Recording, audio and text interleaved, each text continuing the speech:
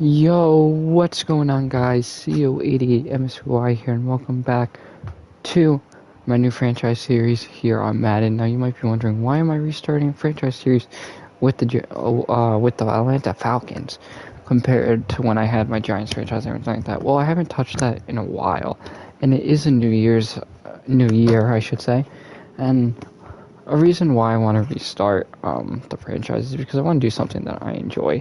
And the Giants weren't something that I was really enjoying as much as Giants fan I am. I feel like it was more of a job, my last franchise. And as much as, I do want to go on YouTube with the platform and stuff, I want to have fun with what I'm doing. And that's why I chose a team that I think I'm going to have a lot of fun with in franchise mode and building them up. And that's the Atlanta Falcons. Now, you might be wondering, why did I choose Atlanta? Well, when we go over the team, you will see why. I think it's going to be a very, very fun rebuild. Or maybe not even rebuild, but it's going to be a very, very fun franchise mode. I don't want this as a rebuild, because I don't know if it's a rebuild. I don't know if it's franchise mode. Well, it is franchise mode, but I don't know if it's rebuild. I don't know if it's a contending. Now we are in week 15. That was the latest I could go. I don't know why. It didn't let me do week 17, which is where the NFL currently is now. So what I should have done before I started this was kind of force all of the wins and losses, so we could get the draft order to where it is, and that is actually what I am going to do. So I will do league schedule. And we will go ahead and do that really, really quick. NFL Week 15 results.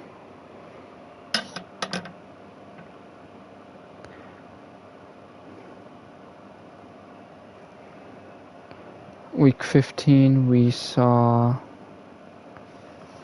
Kansas City win. So that would be away wins. We saw Kansas City win. We saw New England beat the Colts. Don't know why that's the night game. Everything's messed up. Or actually, no, we saw the Colts win, so it'd be Colts winning it. Saw Green Bay over Baltimore, wherever that is.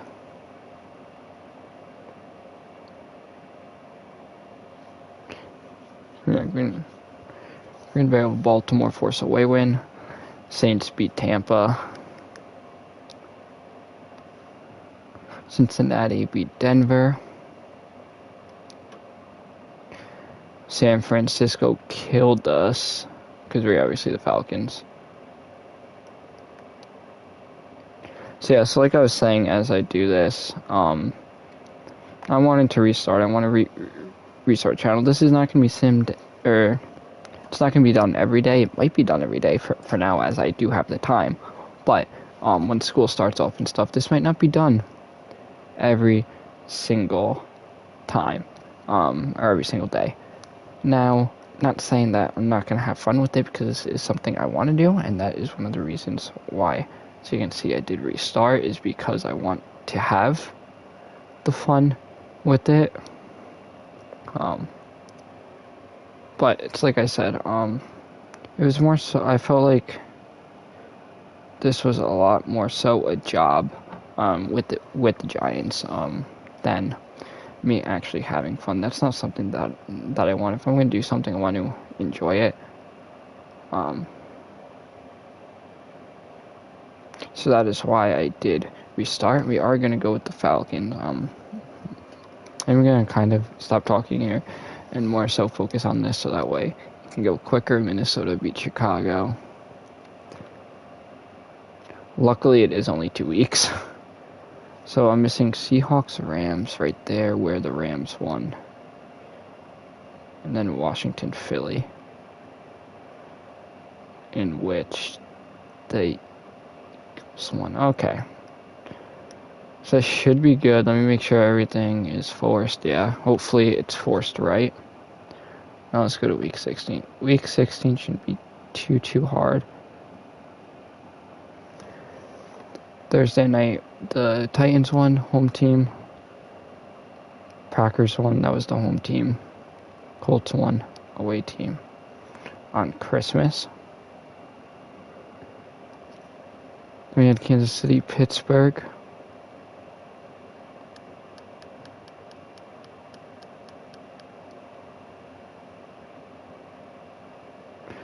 Chiefs, Steelers.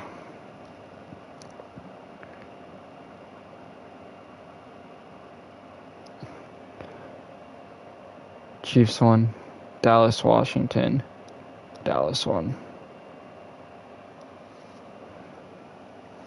Dolphins, Saints are at the top where the Dolphins won. Okay.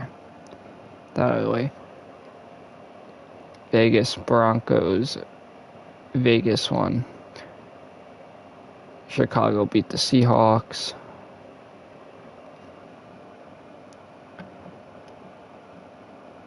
Ravens, Bengals. Bengals won. Chargers, Texans. Texans won that, right? That's right. That was the big upset. Lions, Falcons. Pretty sure Falcons won. Yeah, we won that game. Jags, Jets. Jets won that one.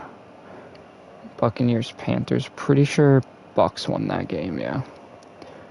Bills, Pats. Pretty sure the Bills won that game. Yep. Rams, Vikings. Pretty sure Rams won that game. Yep. Giants, Eagles. I already know. Eagles won that game. Killed the Giants. Colts, Cardinals. Pretty sure the Cardinals won that. Or no, the Colts won that on Christmas, right? Oh, I already did that game. Alright, so are we set? Alright, so we already set. Now for week 17, it is kind of unfair for these two games, but I am going to do who all won today. So the Eagles won today. Just try to keep it as much realistic as possible. I know the Eagles won today. The Saints won or Carolina? Yeah, Saints won. Buccaneers won. Titans won. Patriots demolished. Raiders won.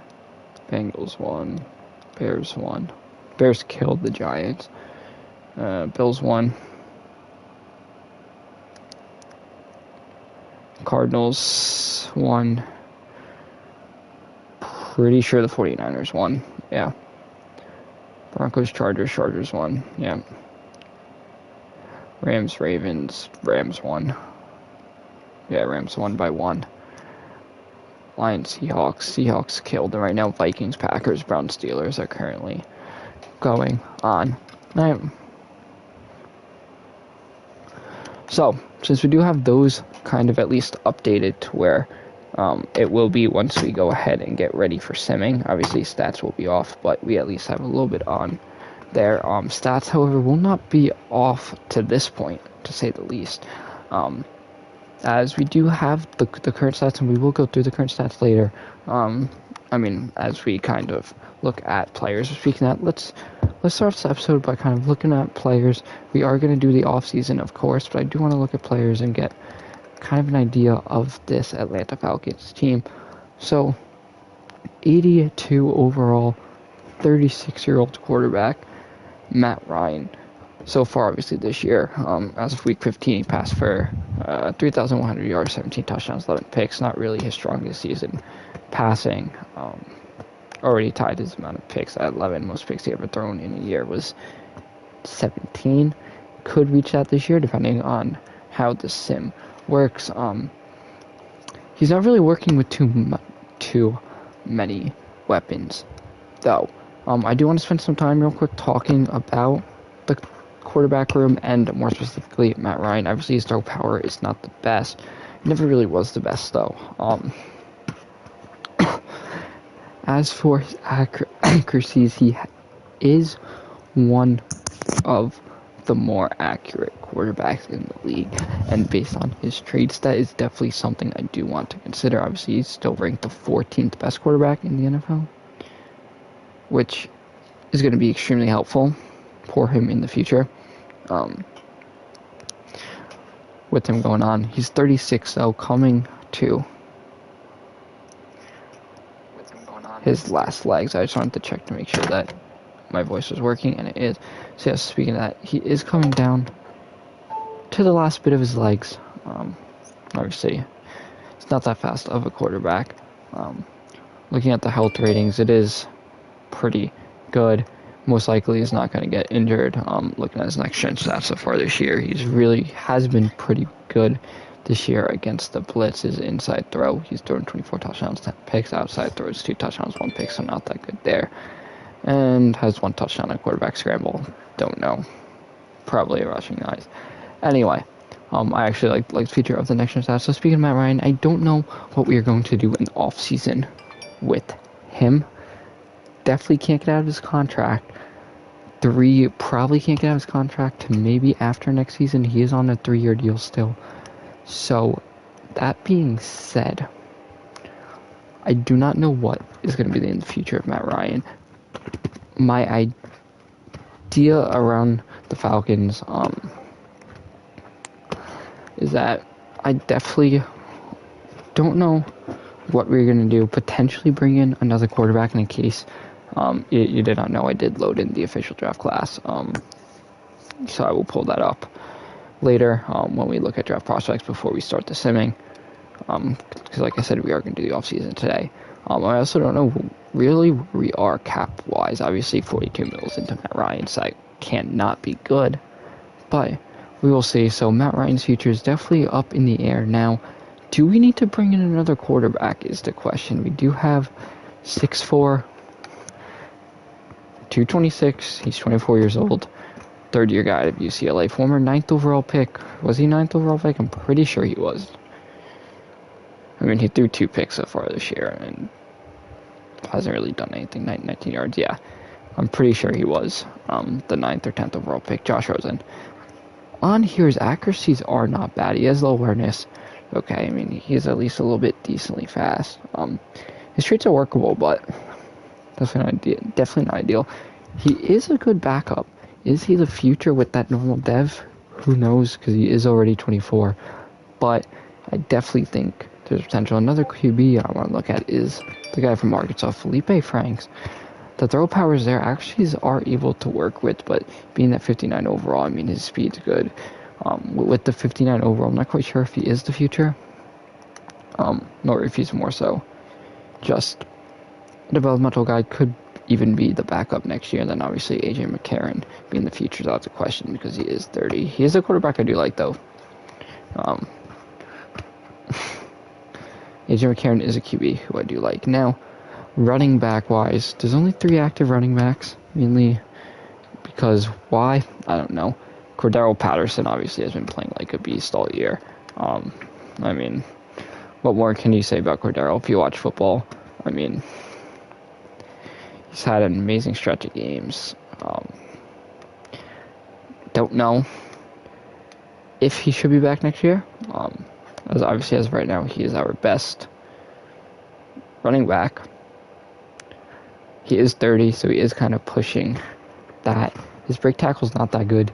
He's more of a receiving back, and if he does, I definitely do want to bring in a running back next year. That can be a true number one, just because the break tackle is not that good. He's really just fast. He can change directions, he can carry, and he can catch, which obviously, don't get me wrong, is really, really good. But I'm not quite sure if he is a true back. Mike Davis is a back who I do like, and I actually have liked him for a while, especially when he was on Carolina. He has a great skill set that we can work with here on Madden.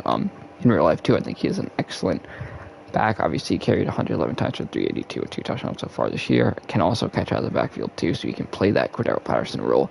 Is 2 years younger. He is also in a contract year, I think, along with Cordero.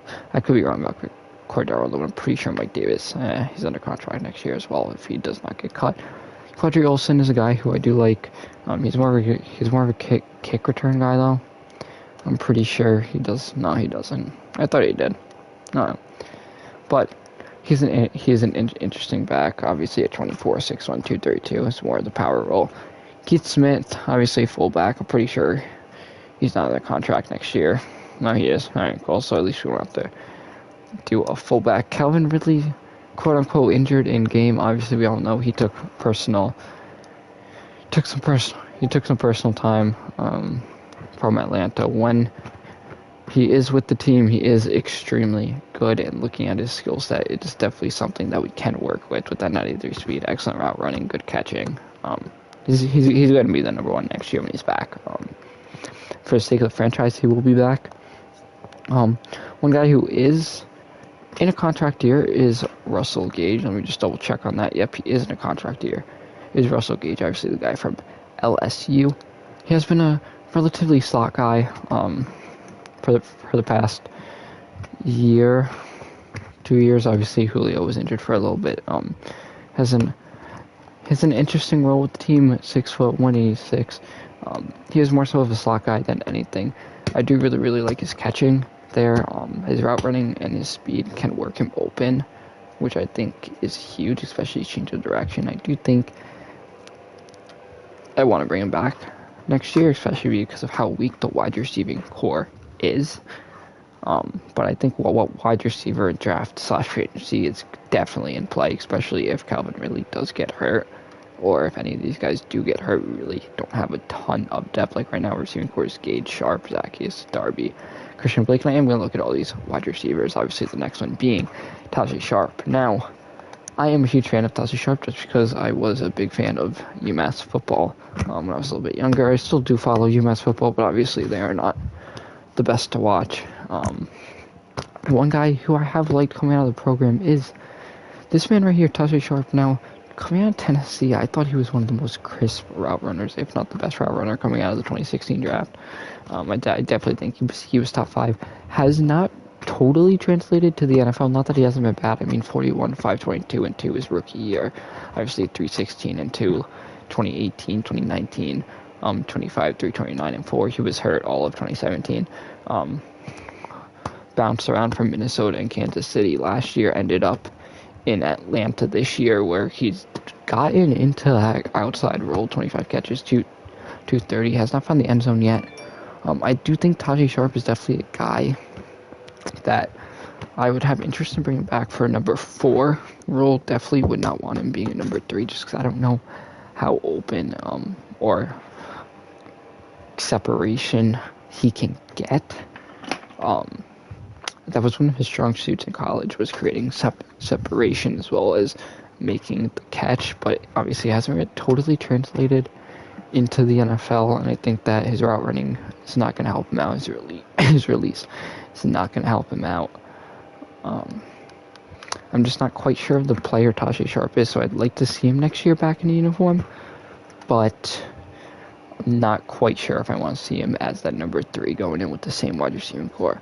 Another guy who I'm not quite sure on, but I do think has a lot more potential to be a number 4 is Olivier Zacchaeus.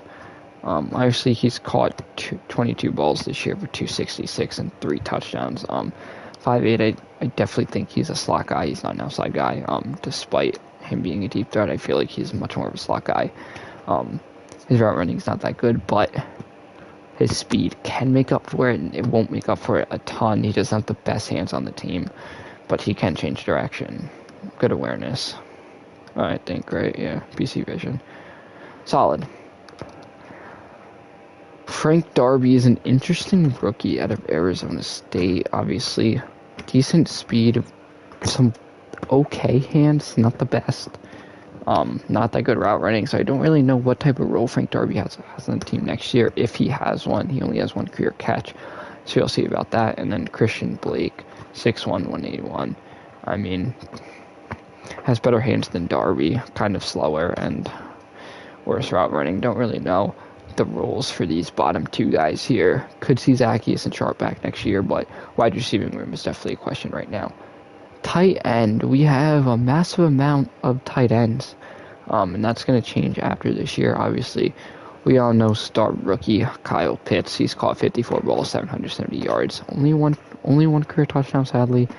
Today, I think he set the rookie record or something today, or was it last week? I can't remember if it was last week or today, but he did set a record for most receiving yards by a rookie tight end, I'm pretty sure.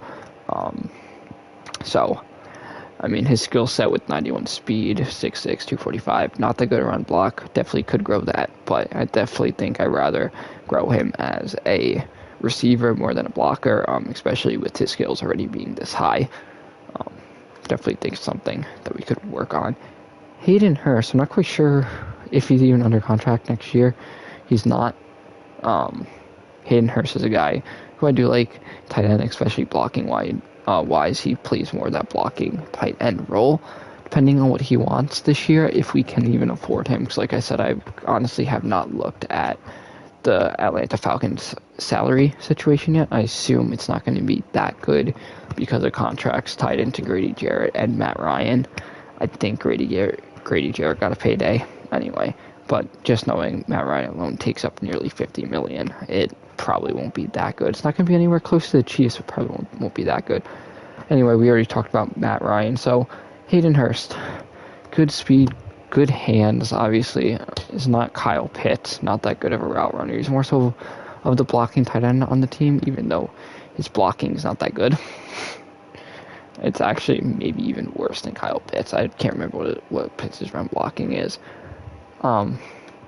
He is a really good number 2 tight end, probably will be the number 1 elsewhere. Another solid tight end on the team is Lee Smith. Very, very slow, though. Lee Smith is 100% the blocking tight end role on the team. He does have a touchdown catch this year, though. But Lee Smith's definitely more the run blocking tight end. Yeah, 73 run blocks, 66 pass block. If we do want a run blocking tight end on the team, next year, Lee Smith is the guy. I'm pretty sure he's not under contract next year, though. At least I hope not. Yeah, okay. But next year, if we do want blocking tight end, he's the guy. We do also have Jaden Graham, a 3-year guy from Yale. Okay hands, good speed, can't run routes or anything. And then we have Josh Harris, who is purely just a long snapper, and he won't be on the team next year. Now, one of my more interesting things about this team, you're gonna see it as we go over it, but it's the O-line. I do think it is an aging O-line, obviously, with Jake Matthews, but he is a really, really good left tackle, and we have our left tackle for at least the next, what's he under contract for the next 3 years, and that's going to be 23 mil tied up into Jake Matthews alone too. So we do have our left tackle for the next 3 years at a cost, but if we do decide to go QB in the future / this year, because quarterback can definitely be in play in the draft, then we have a left tackle for the next 2 years. And then I don't know why he's here, why he's getting paid $3 million, and Matt Gano, he's not good, but he will not be on the team next year, that is for sure. Jaylen Mayfield, 2nd round rookie, I think he was 2nd round. He was 3rd round, okay. Jaylen Mayfield fell to the 3rd round to Atlanta. That is a pick that I did really, really like. He's excellent in run block, or I shouldn't say excellent, being a rookie. For what he is as a rookie, I believe he's good at run blocking. He can pull, which is really, really good. He's a mauler with that impact block, extremely strong. Struggles in pass protection, which is definitely going to be a liability, especially because Matt Ryan is not the most mobile guy in the NFL, especially at 36. We do also have Josh Andrews as his backup. He's 30. He's not going to be too much. We do have one of the better younger centers in the NFL, in Matt Hennessy, which I think is going to be extremely important, especially to the development of the O-line, but also whoever is at quarterback next year, whether that's Matt Ryan, a new guy, free agency, who knows. I don't even know what we're doing with the quarterback situation yet, but it's all a part of the plan. Not a lot of teams do now, unless you are what team needs a QB next year? Top of my head, Steelers. Obviously, we know the Steelers need a new quarterback. Anyway, yeah, so Matt Hennessy there. Don't think I really ever covered Matt Hennessy. He's solid I shouldn't say solid. He's not great, but he does have okay run block, okay pass block. That should just continue to grow. He's not the strongest, but he can move, which is important. And we do have Drew Dahlman, a rookie from Stanford, 6'3", 299. A little bit undersized for the center position, but he's strong.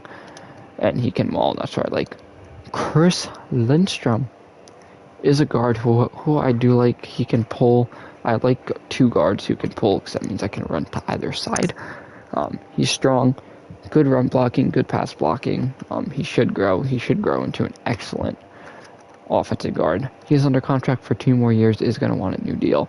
And then obviously Cody Gossett is the backup. So while we have him, go crazy. Hopefully we have him for long. And then a right tackle here in Caleb Mcgarry. Obviously he is still young. He's in his third year though now, or second year. 6'6", 306 from Washington. He's an interesting prospect, I think. Might fit better on the inside. I mean, his size does not bode well, but he can pull. He's strong. I definitely think he could be a better inside guy. The only things we don't really need an inside guy. So I'm not quite sure where Caleb Mcgarry is going to fit in the future, but right now he is our starting right tackle, and that is what we are going to be rolling with here. Now, heading in defensively, I forget what type of defense they run. It looks like they run a 3-4. As of right now, we are going to be running a 3-4. I might even stick with the 3-4. I might just switch some things around in the offseason with schemes and stuff. I don't want to mess anything up for the last 3 games, though, so I'm not going to do anything. So first looking, John Kaminsky has not done anything this year for Atlanta. Good speed, okay power moves, not that good finesse moves, not that good block shedding. When I say okay, it's going to be more so yellow and green than that. The only good thing is he doesn't really get hurt. Marlon Davidson, I did really, really like coming out of last year's draft. I think he has some outside of tackling. I mean, he has good block. I mean, he has okay block shedding, okay power moves, not the good finesse moves, but he's more of a pass rusher anyway. 18 tackles and a sack and a pick. He hasn't really done too much coming out of the draft last year. He does have that star depth, which might bode well for him, but I'm not quite sure where he's going to fit in this defense. I don't even know what defense we are running next year, but I'm not quite sure where he even fits in. Jonathan Bullard literally just has tackles. I'm looking at him. It's kind of the same thing. I'm not really sure where some of these guys fall in outside of the star defensive end, Grady Jarrett, who honestly has not even been that good stat-wise. Looking at next gen stat, like I said, I don't watch too much Atlanta football, so I don't want to say that he's been good or bad in real life, but looking at his next gen stats, what he already has, I mean, he has 20 tackles, 27 stops, 23 pressures, which is really good, although 1 sack. I mean, if you can put up these numbers for the next 3 years, I will gladly take that. I mean, he's more of a run-stopping guy anyway, so I don't really know how many sacks I would expect him to do. The thing is, we have 20 to 23 million already tied up in him for the next 2 years, and really just next year too. So I'm not sure how active we're going to be in free agency, just because like I said, I still don't know how much money we have tied up to people in free agency. Another guy, a young guy here, is Daquan Graham. Okay skill set. Him being a rookie helps. He does have 8 tackles. I'm not quite sure, obviously, of all these guys' next-gen stats. I'm not going to look at every single one. I just wanted to check out more so Grady Jarrett there. I'm not quite sure how our defense is going to be next year. Mike Pennell with 11 tackles this year. He has an okay skill set, but he's entering the wrong side of 30 because he is 30. I mean, honestly, that block shedding power moves are really, really good there for an inside guy. Tyler Davison has been a guy who I do like. I mean, his block shedding power moves pretty good. He's strong. If he can push the pressure, that would be extremely good. Obviously, 19 pressure has not really done too much. I don't think this year. 27 tackles, 3 for loss is not bad for some others. Then we do have Anthony Rush, who's just a young run stopper. Not really too much to say there outside. He is actually a pretty strong tackler. Now that I read that. Heading to the edge rusher / outside, because I believe we run a 3-4. Steven Means, 29 tackles. He is on the wrong side of 30 at 30. So he's getting up there in age. Not that good at getting to the QB, to say the least. Take a look at next gen stats. He only has 27 pressures throughout the year. Like I said, I don't know how accurate these are. Brandon Copeland, 27 tackles, no sacks. Pass rush, as of right now, at least seems like it needs help. Once I said, I'm going to go over to the defensive side and see, nothing really going on there for Brandon Copeland. Good thing is he's fast, but not really going to do anything if he can't get to the QB. And let's look at James Waters, 28 years old. Might have a role next year. Actually, that's not that bad. For being a 68, it's actually not that bad. 8 tackles and a sack, too, so. Hey, we have a guy who has a sack. Taking a look at the middle linebacker role, Dion Jones. Big pass coverage guy, 108 tackles, 2 sacks already this year. Nearly 20 mil is going to be locked up to him over the next 3 years, which is kind of scary. Like I said, just looking at cap numbers, kind of scary. But Dion Jones, obviously, we know one of the studs of this defense, along with Grady Jarrett. He's a great cover, good at zone, good at man. He's going to hit you, he's going to hit stick you. Doesn't have the best hit power, but he's a strong hitter. Should continue to grow and continue to be that guy. Another guy who I do really like is Fosadi Olakun. I thought he was more of an edge rusher, but he definitely is not. Cannot really get to the QB, but can kind of cover. He can hit hard, and that's why he's a good defensive player. 141 tackles, 2 sacks, and a pick. Is going to need a new contract though. Hopefully, we'll be able to give it to him because I want to be able to. Another guy who I do like is Mykal Walker. Can't cover. It's definitely not ideal. He's probably more of an outside guy with his block shedding and his finesse move. Okay rec. Okay awareness. Not the best. Not the fastest out there, but definitely at 24 years old is an ideal option. Darren Bates is hurt. Don't even bother looking at him, as well as Amanda Ellerby. Just some young guys there as well.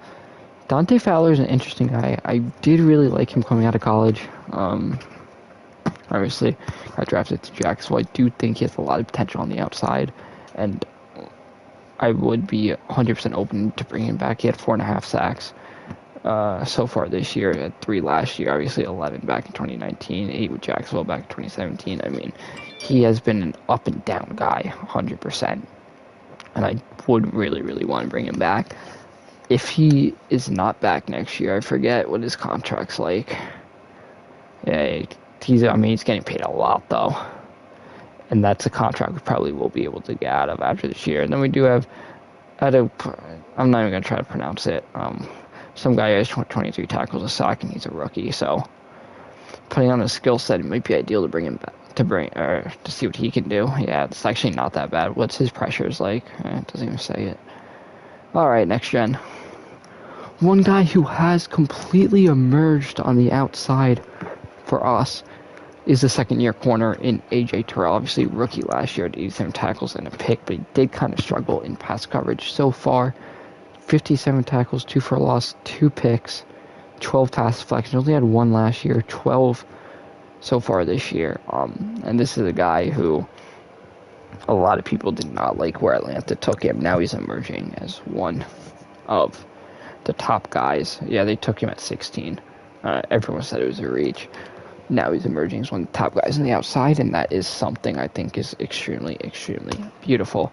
However, I would not rule out corner being a potential option, as this corner group is not that strong. Fabian Moore is here, 49 tackles, no picks. He honestly is not that good. He's only on a 1-year deal too. Could see him on the way out. Good thing about Fabian Moore is that he is fast, but his cover skills really are not that good. He's not that good at tackling. Meanwhile, as you look at a guy like A.J. Tyrell, his tackling is not that good. His cover skills are great, and he's fast. Isaiah Oliver has done a lot of returning for Atlanta, I think. That's not where I see it. I see it this way.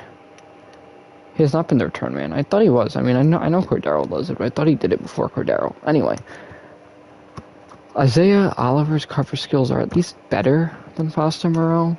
Maybe Moreau's better. I don't know. I mean, he's fast. Not that fast, actually. It's actually slower. He's more so of a press corner, though. I like Isaiah, but I'm not quite sure if I want to bring him back. I'm pretty sure he's not even under contract after this year. Yeah. Might not even want to bring him that back, though, because of that injury. Well, actually, he leaves anyway because he's injured, so that doesn't matter. Kendall Sheffield is another guy who I do like. 65 tackles in 2020. Don't think he's done anything this year, according to stats-wise. He is not. He's fast. His coverage skills are interesting. Don't know if I trust him as the other outside corner. I'd much rather have him in the slot role at 5'10". Obviously, he's not the best at pressing. He can recognize plays, which I think is really, really good, especially in that slot role. Darren Hall's a corner who I did kind of like coming out of the draft. His coverage skills is not the best. Definitely needs work. He has 28 tackles this year and 1 sack. Former 4th-round draft pick. Avery Williams, 6th-round draft pick out of Boise State. Does have 19 tackles. Don't really have much to say. 5th round. Don't really have much to say regarding Avery Williams aside of his cover skills are better. Just that play recs to bring him down. Safety is definitely probably a need in the draft. Eric Harris, 64 tackles, half sack this year before he got hurt. Definitely do not want him to be the guy next year. We do have Richie Grant, though, the young free safety out of UCF, who has 27 tackles this year.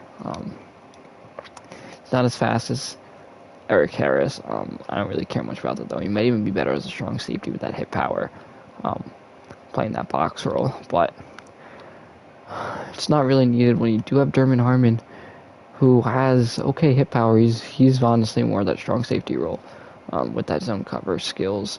Does have a pick this year, 45 tackles. Don't think he's under contract though after this year now. So, and then we do have Jalen Hawkins, obviously the guy from Cali, 16 tackles, 2 picks this year. So at least he's ball hawking a little bit. Young Hoke, who's in a contract year, don't know how much he's going to want. 19 for 21, 24 for 24, and then Thomas Morstead. Looking at the picks, we do have a 1st, 2 seconds, a 3rd, a 4th, a 5th, a 6th, and a 7th. So that's just a brief overview of the team. Couldn't really say brief, that was a lot. I do want to a look at scouting. I'm not going to negotiate with any players in the season. So I have loaded in the official draft class. Obviously, Aiden Hutchinson, Kayvon Thibodeau, Evan Neal, Derek Stingley, Charles Cross are some of these guys at the top. Jameson Williams projected 9th. Kenny Pickett at 10. Garrett Wilson with 11. There's definitely some guys here that I do have interest in. Don't know where we're going to go with the draft. I mean, there's a lot of position need, even offensive lines in need. You know what I mean?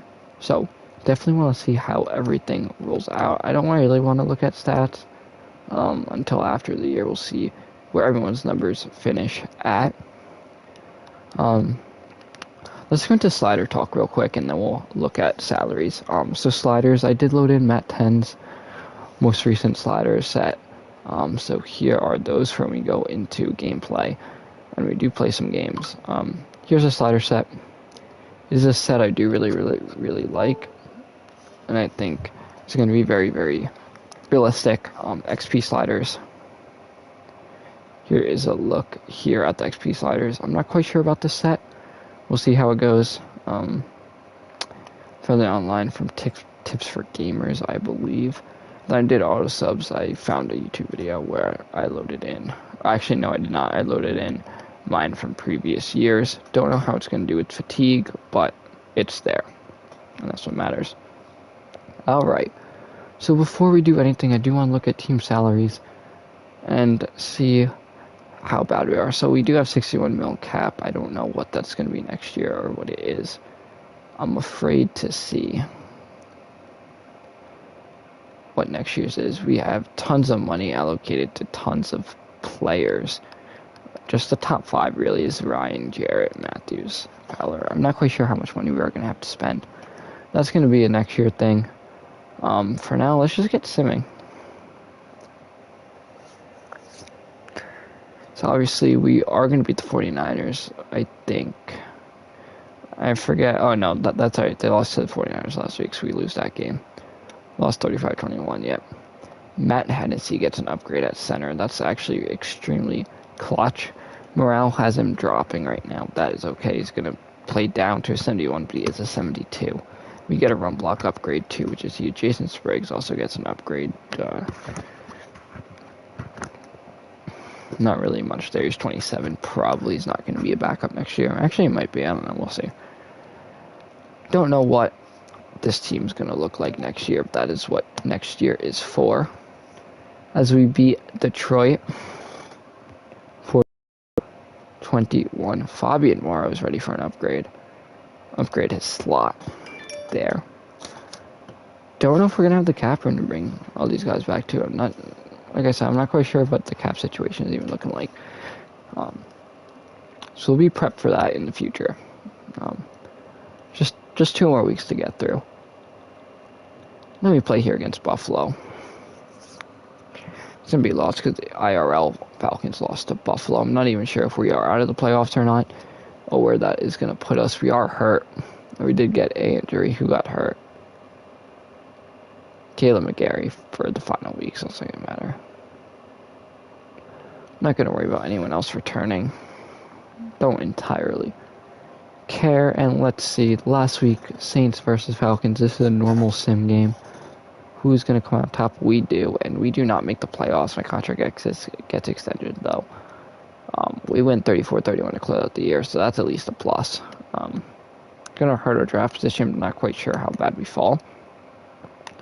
So let's close out the year kind of looking at some stats. Matt Ryan finishes 25-15 with over 4,000 passing yards. Josh Rosen sucks, to say the least. Cordero Patterson 172, 753 and 6. Mike Davis 143, 492 and 4. Running backs definitely probably a need. Matt Ryan finishes with 2 rushing touchdowns. Keith Smith also gets 2. Receiving wise, Kyle Pitts does get over 1,000 yards like he does IRL. I think he's over 1,000 right now. He does put up 2 more touchdowns. The best game of his career came in the most catches in his career came against the Jets. Most yards, obviously, against the Dolphins. He did catch 2 touchdowns in the final game to put him at 3. Russell Gage 64, 745 and 2. Cordero with 6 receiving. Tasha Sharp actually came in, caught 44, 488 and 2 to close out the year. That's interesting. 6 for 79 against the Lions, 6 for 83 against the Niners, and then 5 for 87 against the Bills. Saints, he only caught 2 for 9 for a touchdown, but still, that's actually really, really good for Tajay coming in there. Zach, he has 338, 474, and 4. Obviously, Calvin Ridley next year when he's healthy should be good. These are the rest of the numbers. Overall, not that bad. How many times was Matt Ryan sacked? He was sacked 35 times. That's actually not awful. Could be worse. Olakun, Dion Jones, massive up front. Dion Jones, 8 TFLs. Fowler with 6.5 sacks. Really not a ton of sack numbers, though. Definitely wish I could have been better.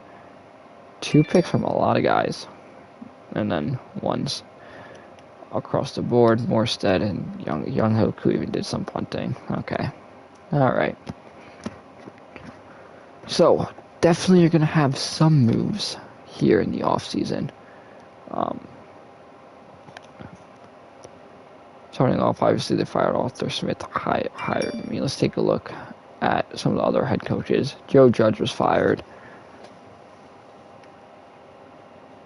We're 36, nice. Joe Judge was fired. Let's see. Glenn Powers, offensive coordinator, fired. Brett Perkins, Zach Parker, Eric Aguilar, Mac Williams, Ed Green. So there are some office coordinators to choose from. Defense coordinators, we will have some too. I am going to go to manage staff-wise. I'm going to get some guys that I want on the team. Henry Brock is not going to go. I do like Jim Nichols, and I am going to... he doesn't really fit, actually, for what I'm going to do. Offensive coordinator-wise, not quite sure who we are going to go out and get. Eric Aguilar is a guy who I do really, really like. And he runs a multiple zone. Should we go Green or Aguilar? Let's go Aguilar. Hire Eric Aguilar. And then defensively,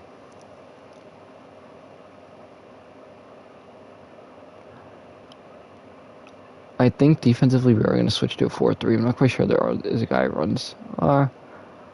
Craig Taylor makes... I think we just fired him, didn't we? Probably did, whatever. Hire on Craig no, we didn't. Craig Taylor was available. Hire him for a base 4-3-D. Because the direction I'm going to move with the team is a 4-3-D. Or is it 3-4-D? If we weren't already. So that's exactly what we are going to do. Team scheme is going to switch this around quick. Anyway, it is going to be... I think it was multiple zone run, and then we run a base 4-3. If I can find it, there you go.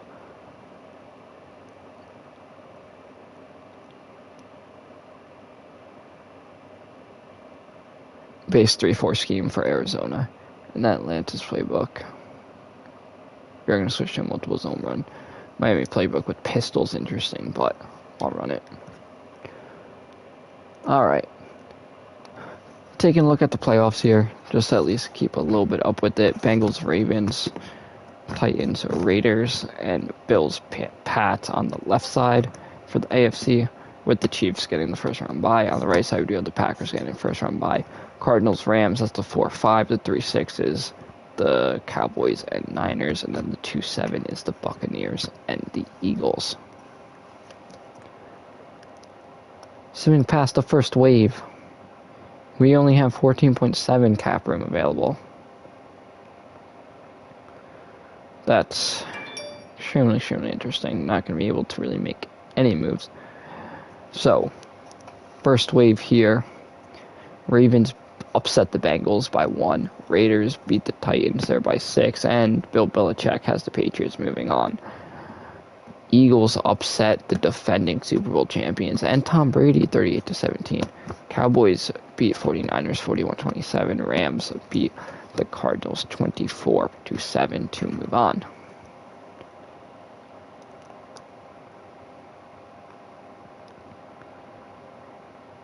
Now taking a look. Divisional round, Chiefs beat the Ravens 24-9, and the Raiders upset Bill Belichick and Mac Jones 28-14. So it'll be Chiefs Raiders in the AFC Championship game, big rivalry game there. Rams Eagles in the NFC Championship game. As who will go to the Super Bowl? That is the impending question. As it will be Rams Raiders winning going to the Super Bowl. Raiders upset the Chiefs 27-24, Rams 17-14. So LA versus Vegas. Odell in the Super Bowl. That's very, very intriguing. His first year in Rams, obviously half a year more so.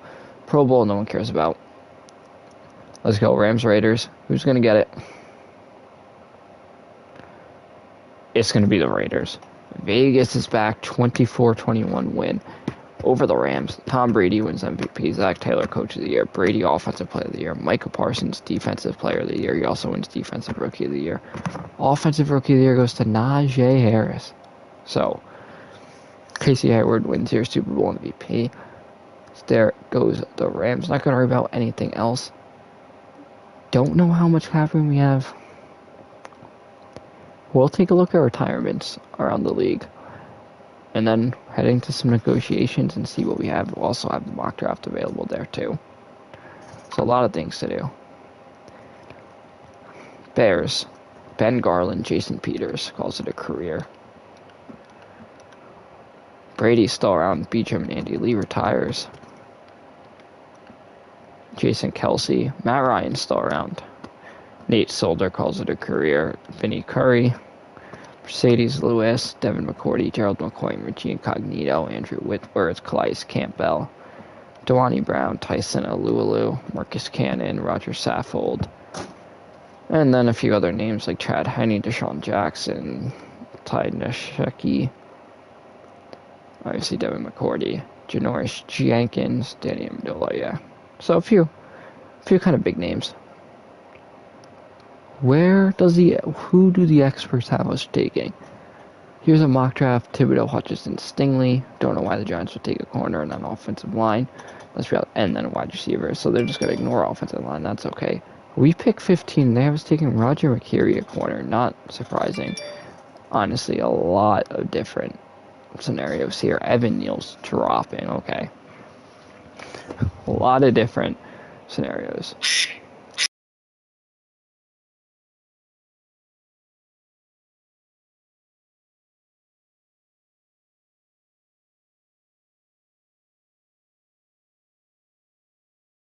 Be right back.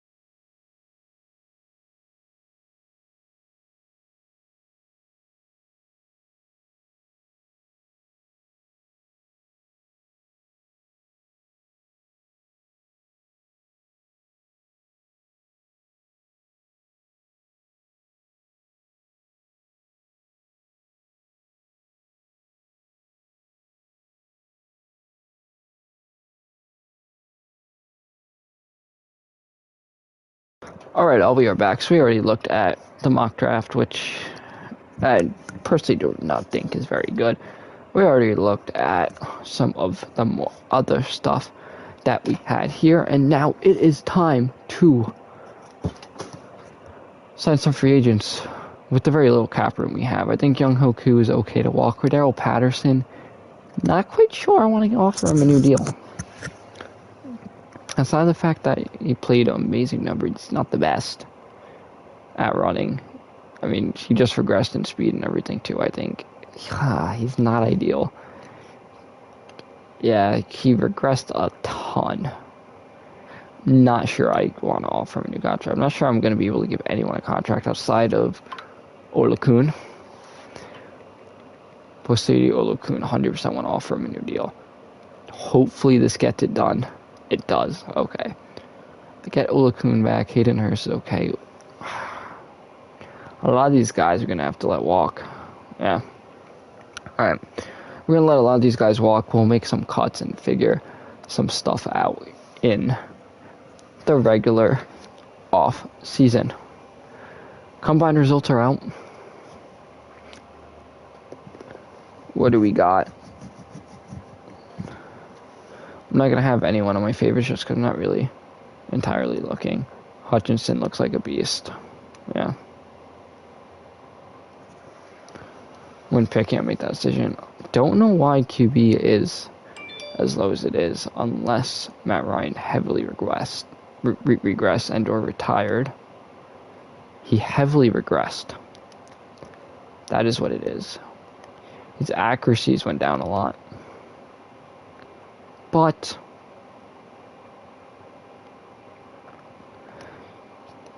in my opinion, he's still 100% a serviceable QB. He does not have the best arm, but we're not really going to be throwing it deep too much. So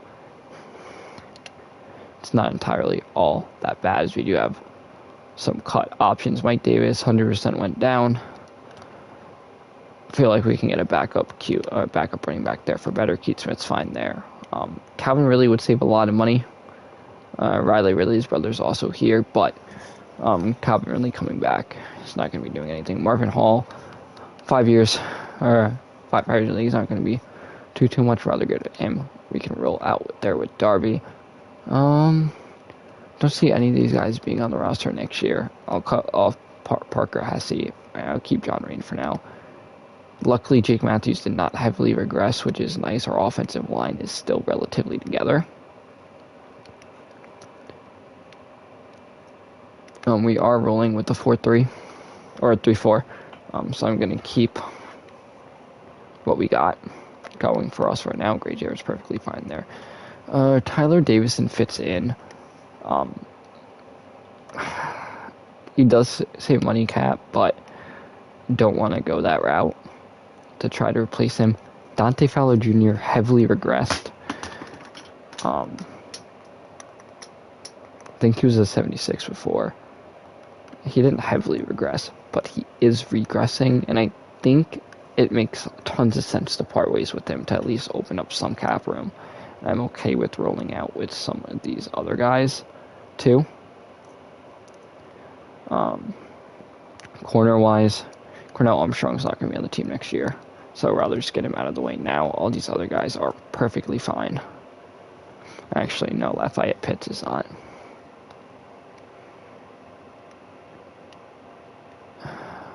Yeah, so outside of that, we are good.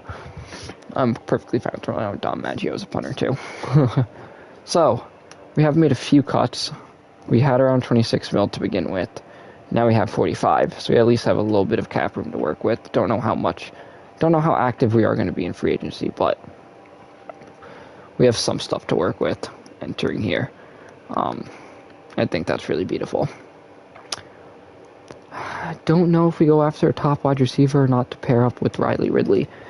Or why did I say Riley Ridley? Calvin Ridley. Guy who I do like for the slot is Jacoby Myers. He's asking for a lot of money, though. I personally do like Russell Gage still for the slot role. O-line is not necessarily a need. If we can get an upgrade at left guard in Connor Williams, I think that it's good. He only wants a one-year deal, though. Is Will Hernandez available? Will Hernandez is not. David Castro is, though, as well as Forrest Lamp. But I think that Jaylen Mayfield, even starting him next year, is perfectly fine. I think offensive line is complete for at least this year.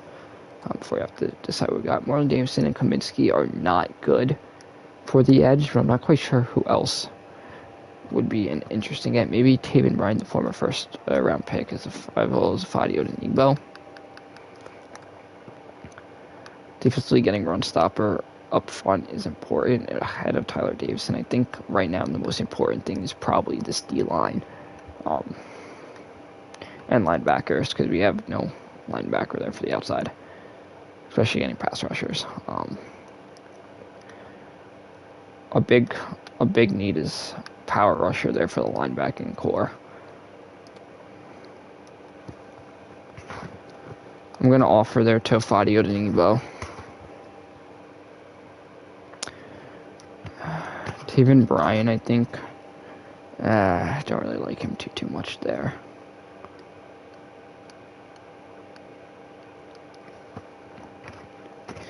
Olivier Vernon, former Giant. I feel like he still has a little bit more to give. I feel like he has a little bit more in him to give. That's why I have no problem offering that. Don't quite know what I'm going to do at the defensive tackle role. I don't want to go on and get Brennan Butler. I'm going to hold off there on defensive tackle. I'm going to hold off on the test linebacker too, just because I am going to rotate a few of those guys in. Lorenzo Carter hit free agency. Now, this is an interesting guy. On a one-year deal for Lorenzo Carter, I have no problem for that, just because of the fact that Lorenzo Carter on a one-year deal, I'm perfectly fine with. One-year prove-it deal for nearly $4 million. If he takes that, I think that's going to be an excellent contract. Washington's still ahead of me right now. Would he do 3 point? Would he do nearly 6? Would he do over 5 mil? Puts us ahead. I don't know if he'll take it, but he puts us ahead. Something I think would be a relatively good get. I do have some other options. Here, I think at safety right now we're fine before I go into those options. I would like to get a kicker. Young Hoku, bring him back. Nah. Maybe Brendan McManus. Nah, he definitely went down. What about Tyler Bass?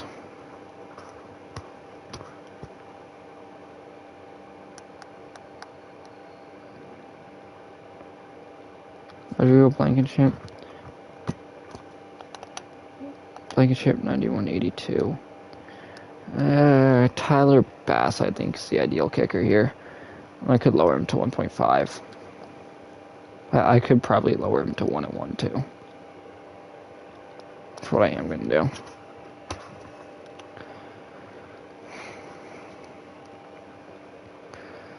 I'm fine with ruling out Maggio as punter for right now. Obviously, running back's a need. Since we let go of Cordero Patterson. Wide receiver, that was a massive need. I am going to offer a contract to Russell Gage. Just another one-year deal. If I could lower it to 2.5 and 1, and he takes that, then I think we'll be set there. I don't want to invest money into Odell. Just because we do have Ridley. I don't want to invest heavy money into Odell right now, just because I don't know what's also going to be available in draft. I don't really have a plan for the draft right now. I mean, I have an idea of what I want to do. I should say, I think right now Russell Gage is one of the options I want to do. I do want to bring back Sharp.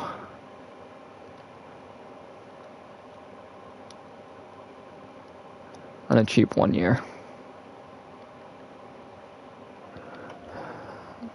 If Zacchaeus is down here too, Zacchaeus has a lot of people interested. So not Zacchaeus. How about Laquan Treadwell? I know he was with us briefly before. He's nearly 1 mil, so yeah, alright. Alright. Running back's a need.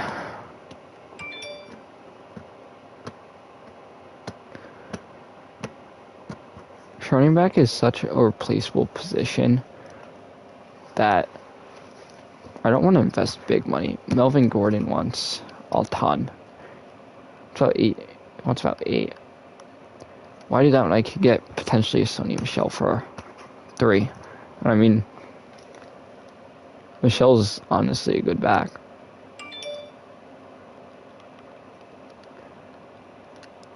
Lower Michel to 1.5 and 1.25.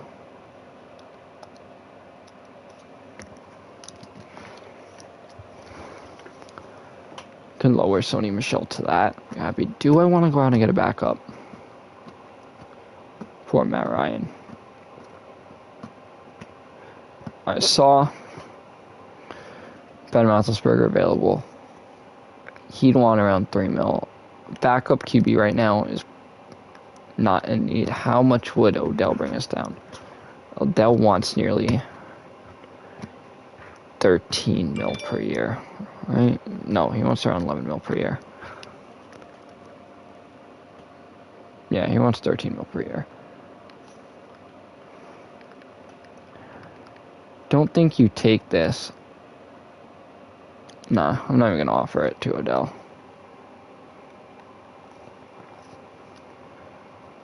Do you want a number 2 tight end? Do like Chris Herndon. I feel like he could play that Kyle Pitts role, God forbid anything happens. 2 Kyle Pitts. O-line right now, we do need some backups, but don't think that's an issue right now. I think, yeah. Do I have an offer on defensive tackle? Not yet. Okay.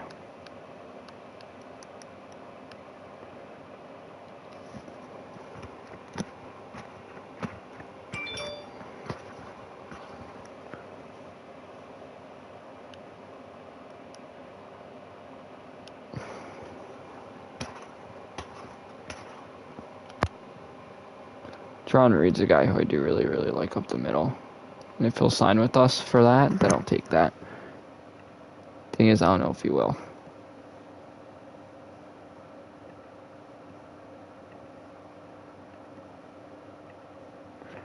Alright. Let's sim to the next week.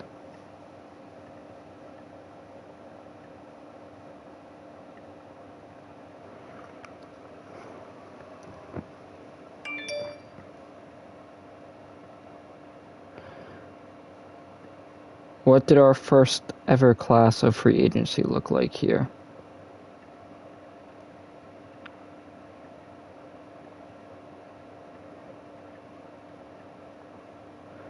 Obviously the first round. Sorry, I'm trying to do something there. There we go. First round of free agency. So we missed out on Tim Settle, which sucks. We landed Olivier Vernon, we landed Laquan Treadwell, Lorenzo Carter, Chris Ernest, William Michelle. That's not a bad first free agency, in my mind. Looking at it, we landed number one running back. He had 159 carries, 622, and 5 touchdowns in LA when he has been the number one in New England. Not bad. Running backs are interchangeable. So I think signing Michelle, did we sign him to a 3-year deal? Yeah, we did sign him to 3 years, but it was extremely, extremely cheap. Doesn't go over $3 million. To be our number one, I think that is a really good signing. We did add on Laquan Treadwell. 14, 212 in Jacksonville. Obviously was with us last year, caught 2 touchdowns on 6 catches. And that's more so just depth signing. Christopher Herndon, once again, depth signing, but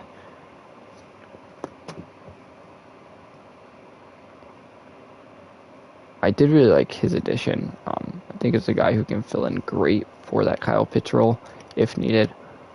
Defensively, we landed Olivier Vernon. Olivier Vernon is not going to be the left end. Olivier Vernon is going to be the power rusher coming off the left side. He goes up. I feel like Olivier Vernon has some left in his tank. He had 9 sacks back in 2020. If he can be healthy this year, I think he will be set. Did add Lorenzo Carter. Had 47 tackles last year with the Giants. No sacks. IRL, he did have 3. So, hopefully, he can, for research his career, he is on a 1-year deal, as is a lot of the guys who he did bring in. So now looking at all my negotiations so far, we are ahead on all these guys still, which is what I do like to see. I do want to bring in a decent backup. I think an ideal backup is Dwayne Haskins.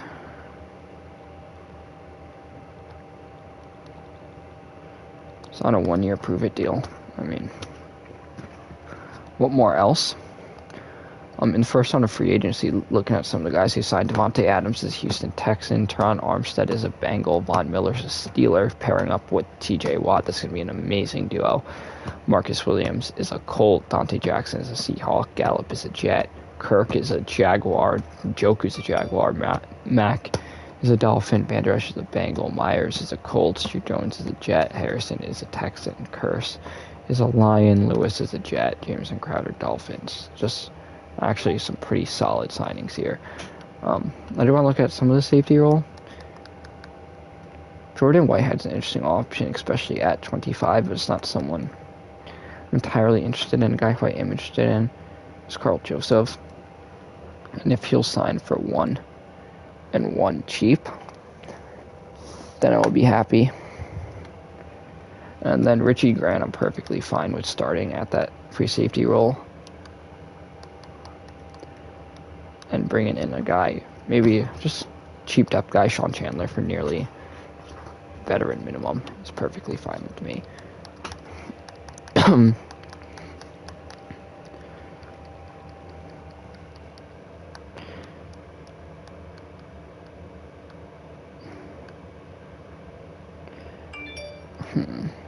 Holton Hill at 25. His cover skills are not great, but I'm fine with offering him a contract. Figure out the secondary a little bit. It's not going to be great. We don't really have cap room to do too much. As we get Haskins, we got Hill, we got Joseph Landler, and Odenibo. So we did land a few more guys who are on my list. Obviously, Haskins at 25, former first-round draft pick, good throw power, solid accuracy. Might actually have a guy there, Dwayne Haskins. Depending on obviously what he decides to do with his career. Odenigbo is here. I believe he was with the Browns last year. Yeah, he had 10 tackles, no sacks. There's been a guy who I liked with Minnesota for a while. Hopefully he can return to his old forms. And we did land Holton Hill, as well as Sean Chandler, and I think Carl Josephs. We'll take a look there. Oh, and now 29 tackles and a sack back there with Minnie. If he can get his cover skills up, that would be great. Sean Chandler, 45 tackles with Carolina. Obviously, we do have Jalen Hawkins, but we did go out and sign Carl Joseph. He is going to be my starting strong safety. 10 tackles and a pick last year. And yeah, so heading into day 3, we do have 11.54 mil left. As Russell Gage now is a better take there. Did miss on defensive tackle early there, so you know what? I'm going to offer a deal to Danny Shelton. I'm not going to offer him that much, especially with no one bidding. I'm going to lowball him.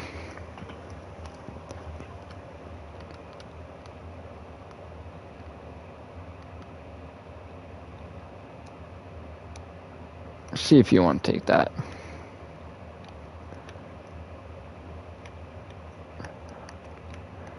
Then we are in need of a wide receiver since Russell Gage started to get outbid.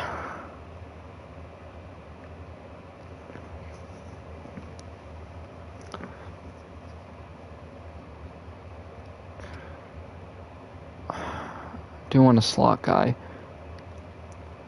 Braxton Berrios is available.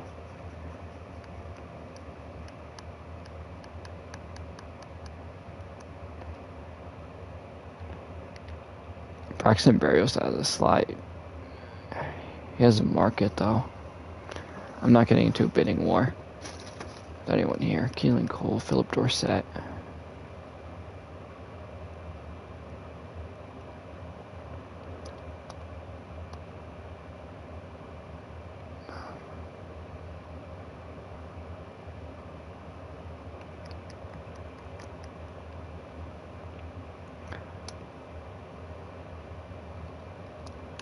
I'll go 1 year there for Albert Wilson and see what's up. I'm going to have to let Gage walk. Alright.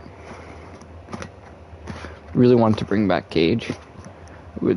Falcons are just in an extremely tough cap situation as we lose service to the EA servers. But yeah, Falcons are in an extremely tough cap situation.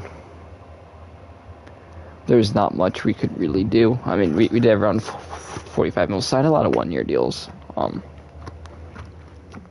which I think right now is really all we could do. Obviously, that is probably partly why we struggled. This free agency is because of the amount of 1 year deals we did, but there really wasn't a ton we could do to turn this team around in one off season. And who knows, maybe I did like who we added so far. We got Boss, we got Wilson, and we got Danny Shelton. I think those are huge additions to the squad. Obviously, Shelton might not be the best defensive tackle, but him and Davison in the middle should be good along with these guys there too. So we'll see. It's draft day. This is what it all matters about, is draft day. We're just gonna sim there. Screw the mocks. Screw the free agency recap. Hate them all. Start the NFL draft. How are we gonna turn around this Falcons team? So we do pick 15. Don't have a lot of firepower to move up. Don't even think we really have the cap to move up. Not gonna do anything. Will they go Hutchinson or will they go Thibodeau? The Lions go Thibodeau first overall. Will Jacksonville go Aiden Hutchinson to improve this pass rush? They do. The Giants were mocked Derek Stingley once. Don't know what the Giants are going to do. Ideally, they take Evan Neal. They go Derek Stingley. Wow. What's the draft board looking like that the Giants go corner? I mean, they need a corner, do not get me wrong. They need offensive line help that too. They have Hamilton Williams across. I mean, Evan Neal fell.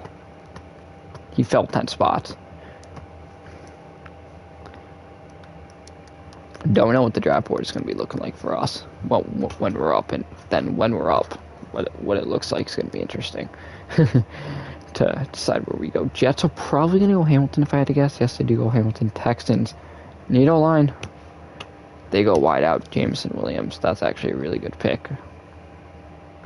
Charles Cross goes to the Panthers.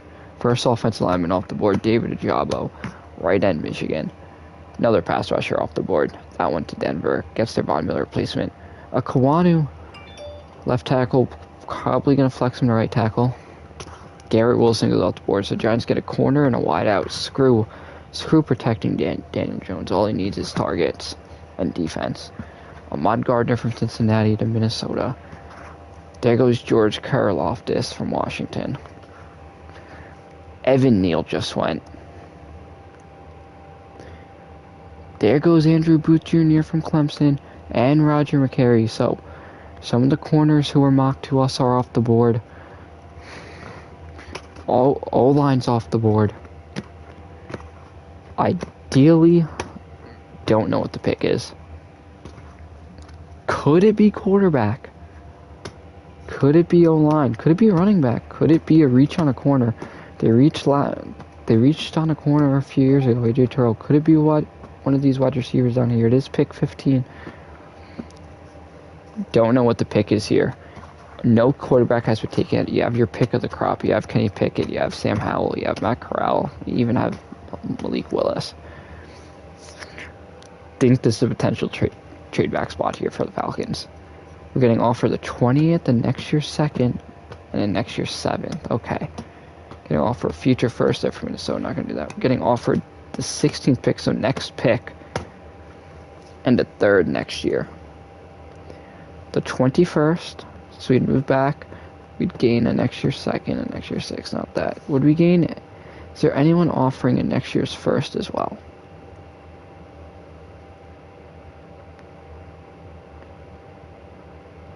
No additional first. Colts, we drop back to 23 for the Colts, but we gain a 2nd and a 4th. Are the Colts in need of a QB? Could they go QB? I mean, Carson Wentz isn't ideal. Because I don't think any of the teams ahead of us are in QB position. Except we move back to 23, that's pushing the Steelers a little bit. QB right now is looking like the pick, considering what is available. Maybe Colts do, because Carson Wentz. Maybe. I'm going to do the smart thing, not pick up the extra 2nd. I'll do the extra 2nd next year, and the 7th next year, and I'll gain the 20th. I think the Bills are the safest pick. We will go ahead and accept that trade. So we pick up a 3rd or 2nd next year and a 7th next year. The Bills trade up to select a quarterback, Sam Howell.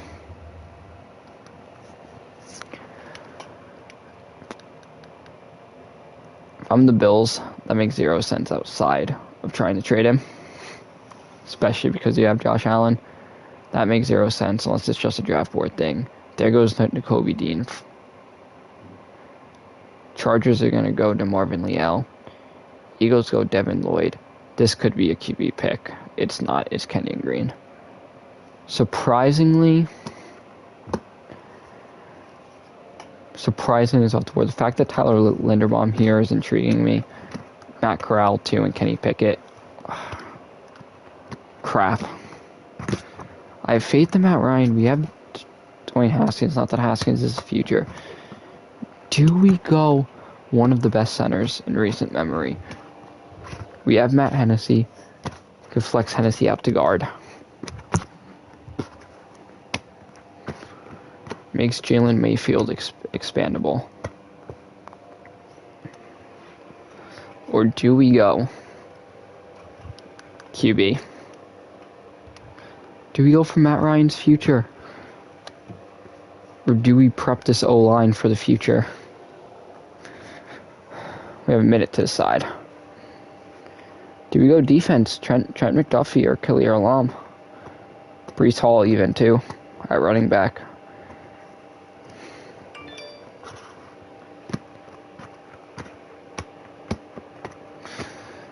think Tyler Linderbaum's way too good to pass up. Tyler Linderbaum it is. Hidden dev, 6'3", 295, excellent strength.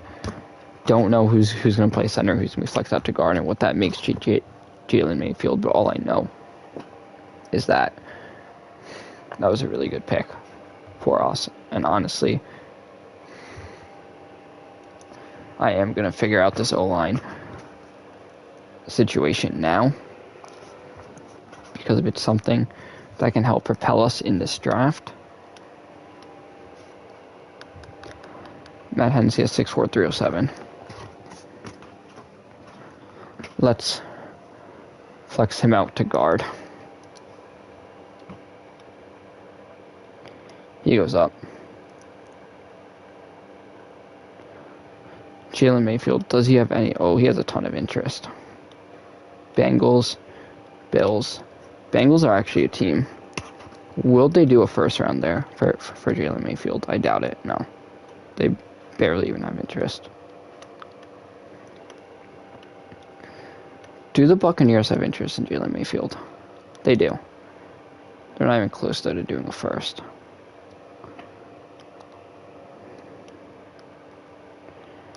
Bengals pick before.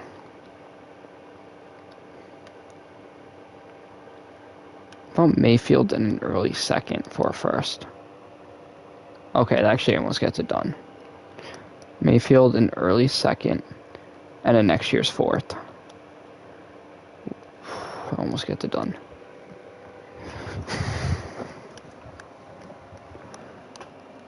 No, we have 2 seconds next year. How about Mayfield a second and a third for this year's first?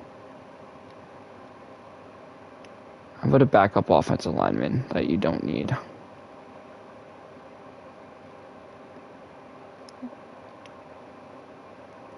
Like a Bobby Hart.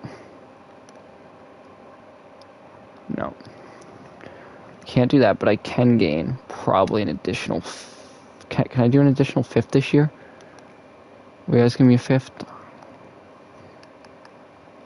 How about an additional sixth? Probably going to be cheaper than an additional seventh, too, I'd have to guess. Yep. How about an additional fifth the next year? Alright, if they don't do an additional seventh, then I'll call it, but I'll just give them what they want, because I don't even know if that's going to be enough. Is this going to even be enough? That's not even going to be enough, that's why it's not working. Do I give up the additional 2 we just picked up? Or maybe I give them a player back, too.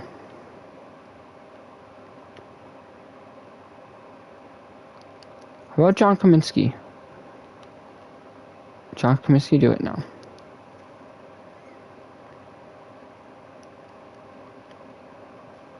I think an additional 2 next year does it. Mayfield, a 2 and a 2. It's a lot. I'm gonna do it though. It's for the future. We jump Tampa, 2 picks. Titans go McDuffie. Cardinals are not gonna go QB. They go Khair Alam. We trade back up into the first round to go Kenny Pickett, QB, Pitt. Do really like what we have in him. His traits look really, really good.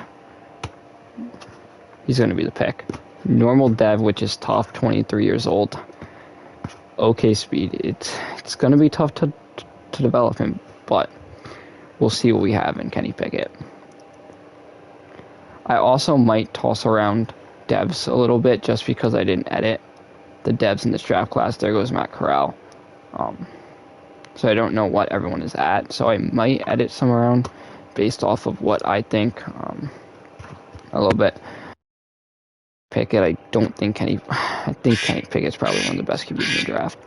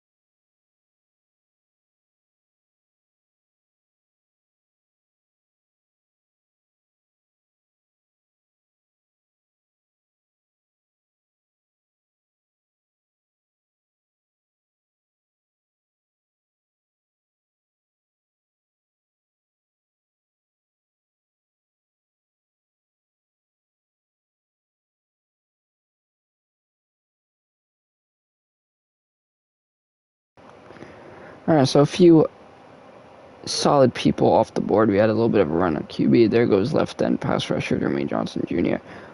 Falcons, we went 2 offensive players off the board. We went Tyler Linderbaum and Kenny Pickett. Like I said, I am going to take a look at some of these development traits and potentially change them at least first round wise.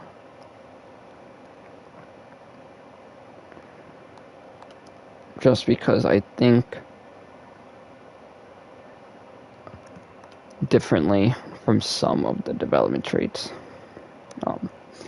Such as our pick and Kenny Pickett. I don't think he should be normal dev. Actually, honestly, nah. I can see it.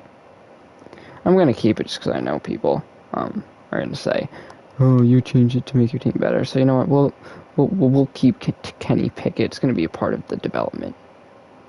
It's getting Kenny Pickett to where he needs to be. There's Jalen Tolbert, South Alabama wide receiver.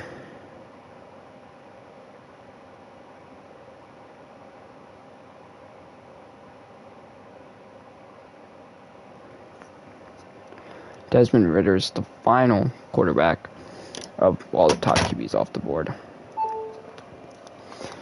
There goes Nicholas Petit, Pharrell Jordan, Battle, the strong safety. Drake Jackson goes off the board, Cameron Thomas. Nick Bonito.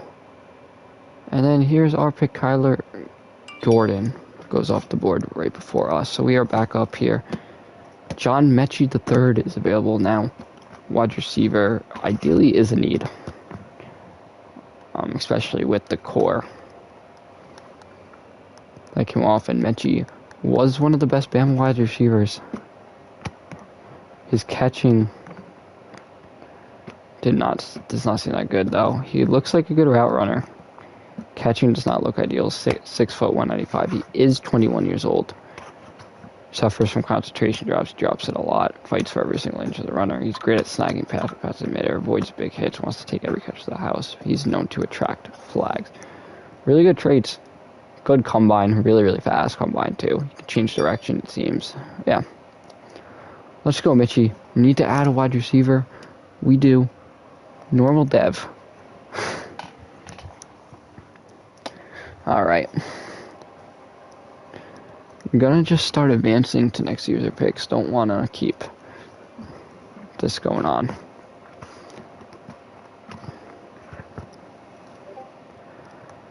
Zion Nelson's a guy who I really, really do like. Corner Kobe Bryant's another guy. Looks pretty solid press. Looks like a good man-to-man corner. Corners obviously need. We spent the first 3 rounds on offense. Don't want to go offense again. Will if I need to though. But I really don't think it's a need. Castro Fields has raised up a lot of draft boards. I'm gonna go Kobe Bryant here though. I think his press is too good to pass up on. He was a stud at Cincy. Okay hit power. Good press.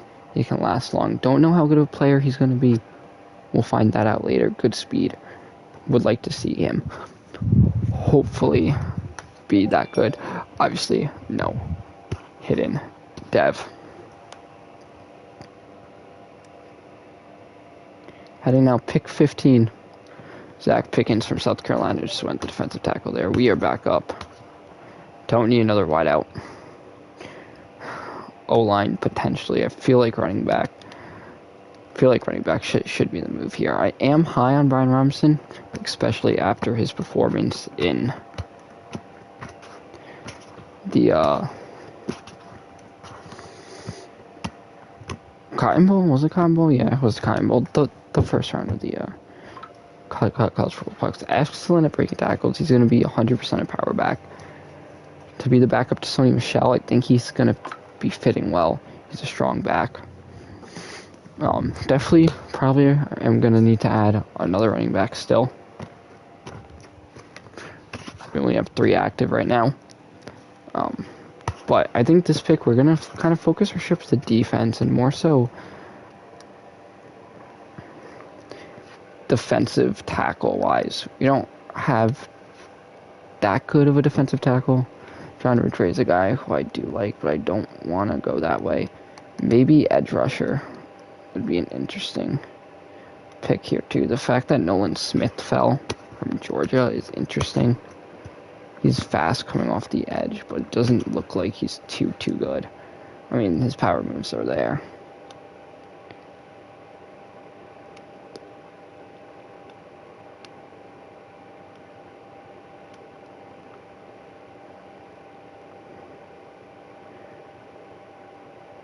How about JoJo Domain?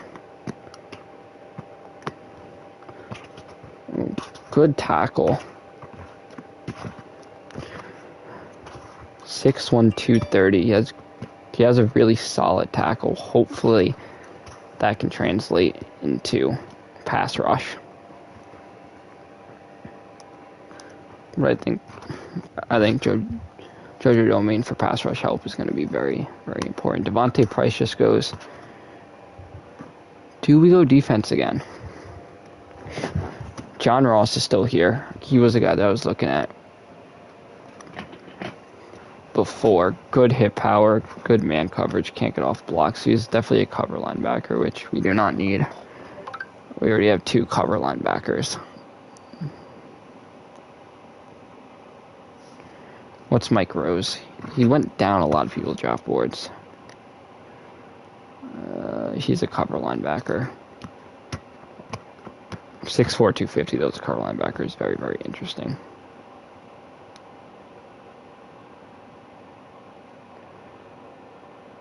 We drafted a corner.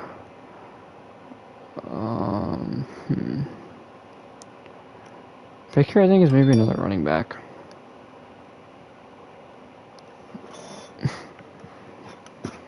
How about Jerrion Early?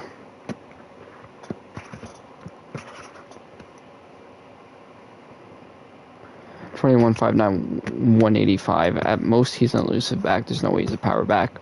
So that at least gives us some more versatility at running back, which is one of the things that I did want coming in. So this will bring up one last pick. Don't want to add another wide receiver. Adding another corner could be beneficial. Deshaun Jameson is here. Don't really like his cover skills there, being a D.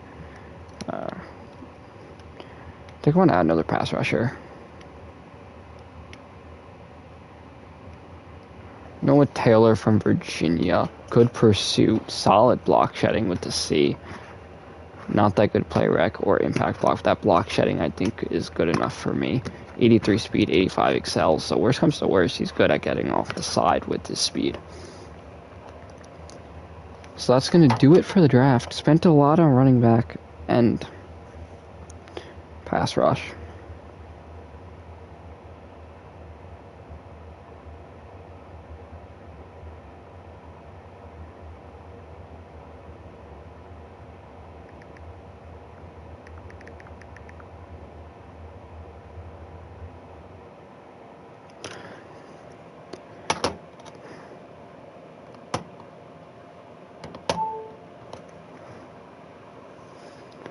Alright, so my staff randomly did not upgrade, sadly. So, let me view some of the talent trees.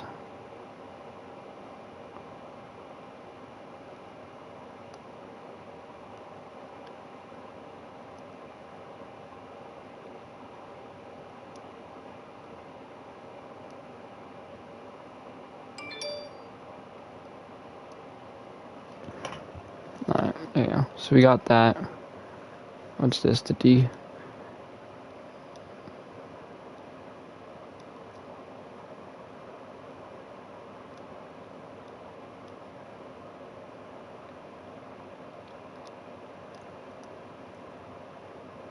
Alright. Should get a few skills upgraded. Not for us, but it's okay.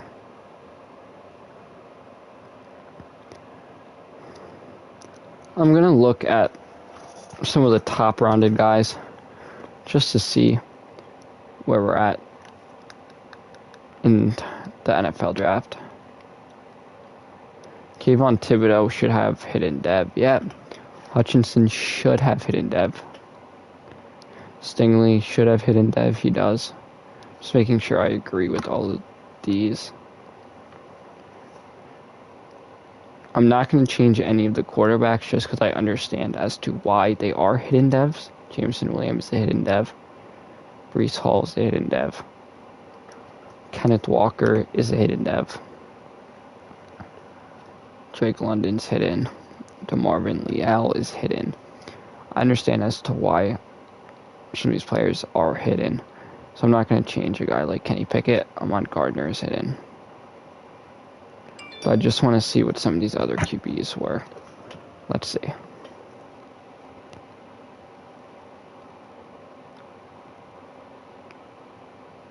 So top QB was Sam Howell. He is hidden dev.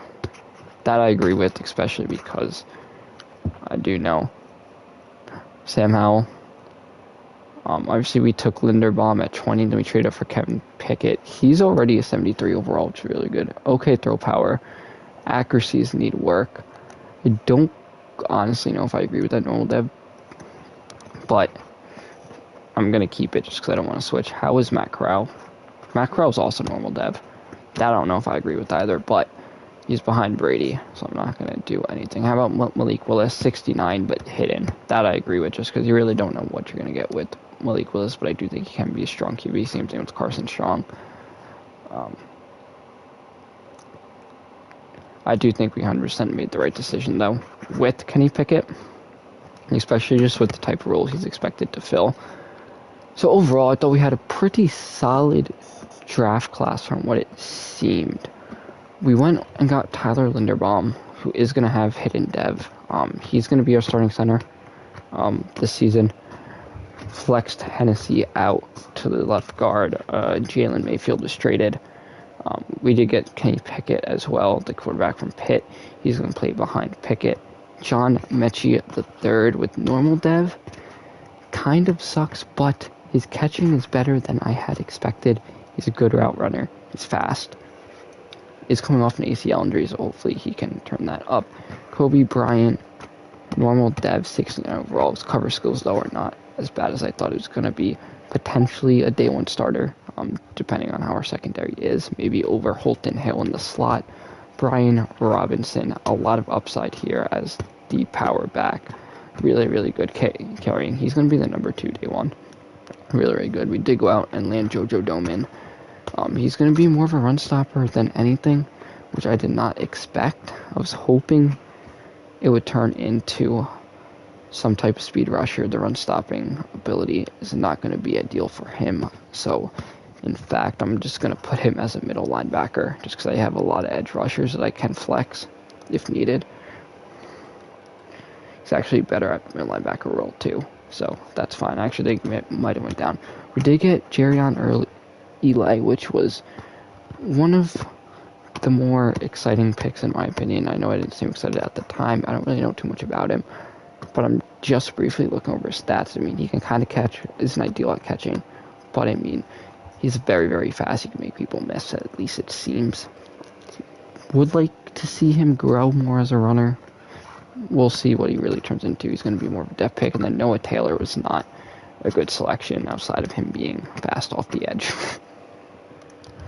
But that's more so a depth pick than anything. He's going to be more so of a middle linebacker than anything too at 235. And I'm going to keep him as a left outside linebacker though, just because we need that depth there.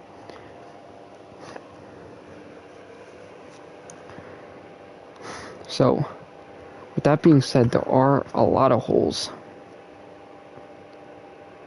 still for us, like looking at this linebacking core, or like looking at this team.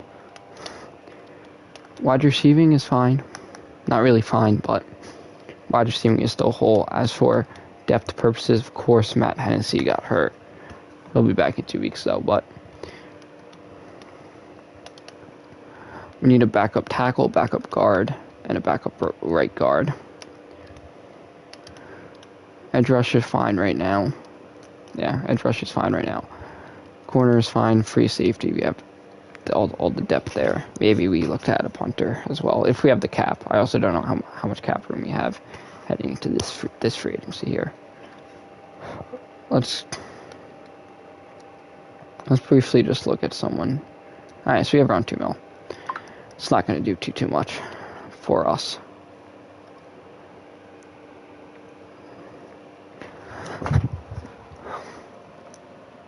I'm just going to look for a cheap rookie, such as it would be not easy.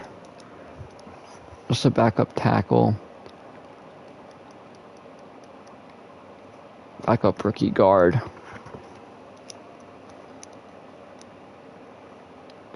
And another backup rookie guard.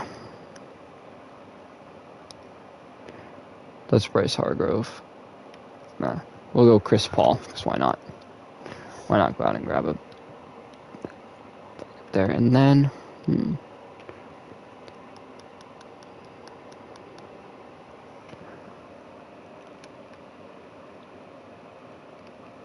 Chris Rodriguez Jr. from Kentucky. Can we afford him? We can.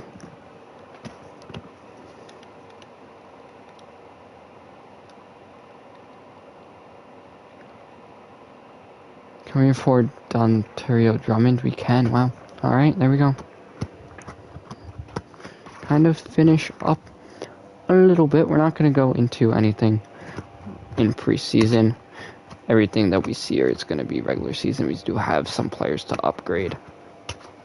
So right now, 100%, Matt Ryan is starting the season. Matt Hennessy is ready to be upgraded, so we will upgrade him at left guard. I'm excited to see Tyler Linderbaum in this Atlanta uniform.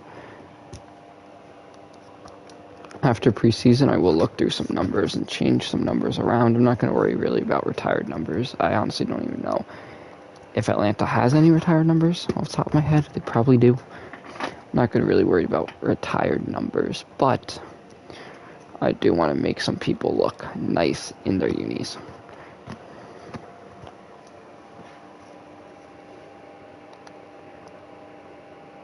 I hate the new scout. I mean, I love the new scouting. It makes it a lot harder to scout. But I am going to put scouting college players on auto because I'm not the best at using the new scouting. Hate to say it. So, the new scouting will be on auto. Nick Thurman is ready to be upgraded there. Upgrade his block shedding for the run stop. Don Maggio is going to be our punter going into next season. I am fine with that, I think. I'm okay with that. I'm not fine with it, but I'm okay with it for now. It's just a punter.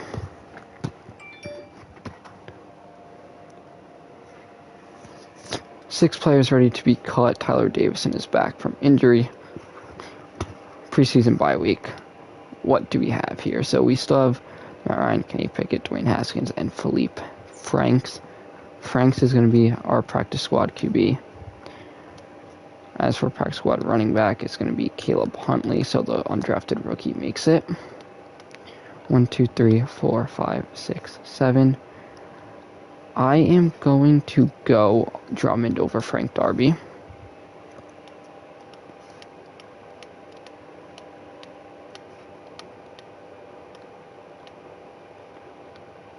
Do run a 3-4.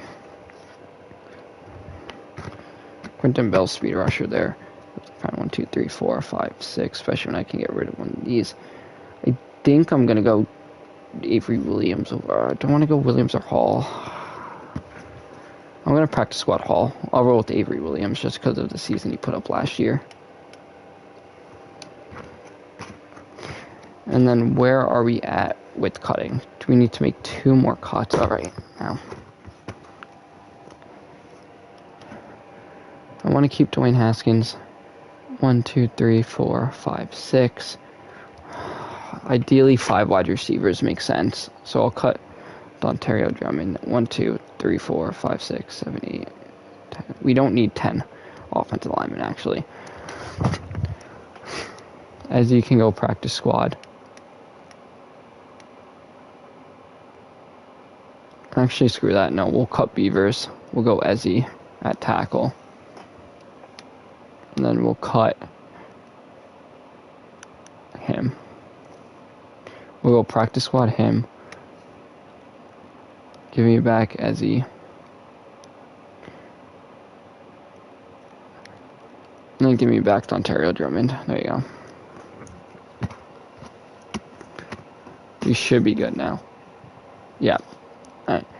Now, I do want to load out the rest of our practice squad. We have a practice squad QB already. So we don't need that. We have a practice squad running back already. We have a practice squad wide receiver already. Let's go with the practice squad tight end. It's going to be a rookie.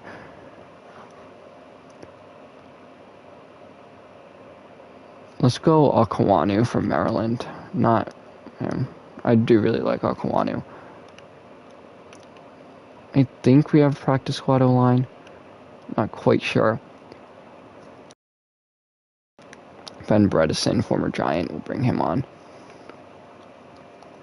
Bring on former Giant and Raymond Johnson. He'll fit that power rusher scheme. Let's bring on the run-stopping defensive tackle there, Kawari. Let's go rookie edge rusher and Coleman Fox.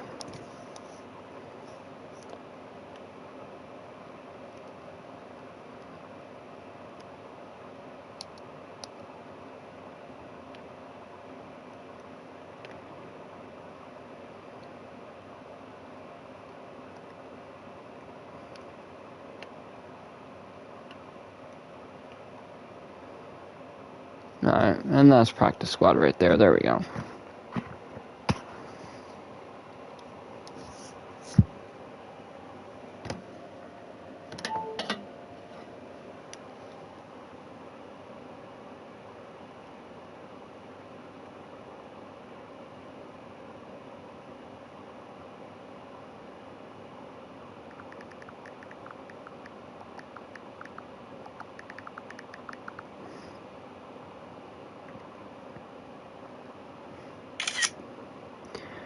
Alrighty. Let's go with 4 wins this year.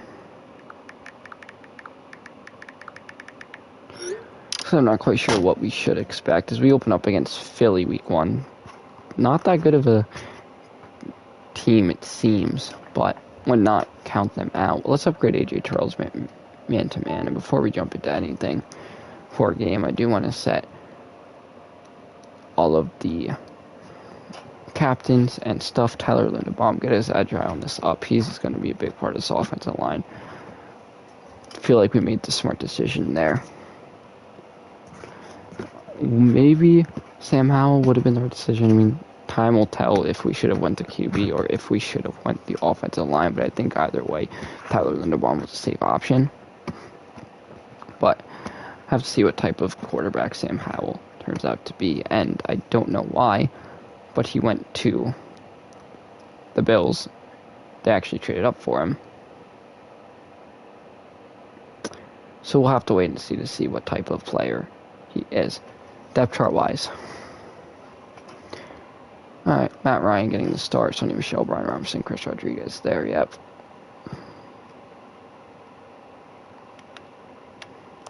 Offensive line is Matthew Ezzie, Hennessy with backup Dahlman, Lindstrom with Dahlman, Lindstrom with Paul, Mcgarry, Dahlman backing up on Nebo there, yep.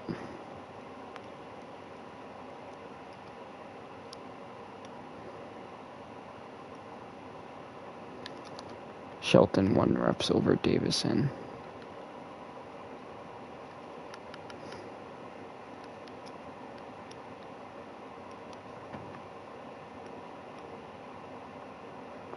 I'm going to give Kobe Bryant reps over Holton Hill. See if we can grow Kobe Bryant a little bit.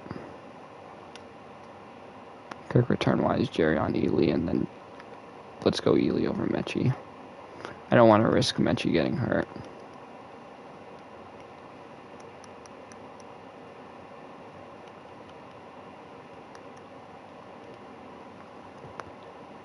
Third down back, Sony. Power halfback, Sony. Yeah. Slot, Albert Wilson. Olivier Vernon coming off the edge, yep. Lorenzo Carter coming off the edge, followed by Nigbo.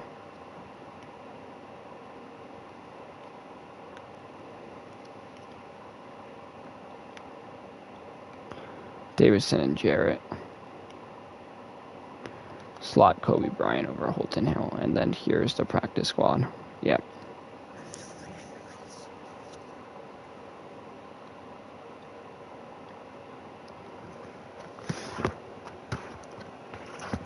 Philly's team does not look that good. Don't know why. 79 overall, 72 offense, 75 defense. It's definitely something we can take advantage of, if you ask me. As the rookie Ely set to return at the 5, and the undrafted rookie Ely will bring it out to the 22. So long-time Falcons quarterback Matt Ryan coming out. He's now 37, 38 years old. Still playing football here for Atlanta. Kyle Pitts, Herndon, Mechie, and Ridley out. Ryan will give this one. That's Tony Michel up the gut. Michel tackled there at the 31. He's going to pick up 1 carry, 9 yards there. For the new back was with LA last season. Ryan this time will give. There's Tony Michel again. Michel will pick up 6 on that carry. 2nd and 14.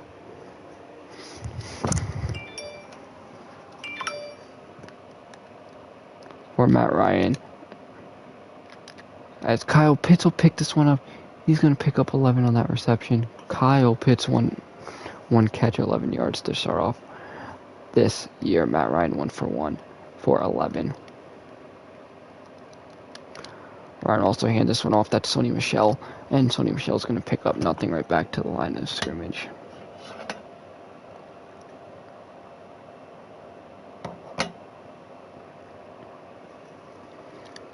This will bring up a 2nd and 11. And there's Michel bouncing this one out. Sony Michel there will pick up a first down, I do believe, unless they mark him inches shy. No. Michel gets the first down. This will bring up a 1st and 10 for Atlanta. Once again, Matt Ryan now handing this one off. It's the rookie Brian Robinson Jr. He's going to pick up 7 on his first career carry.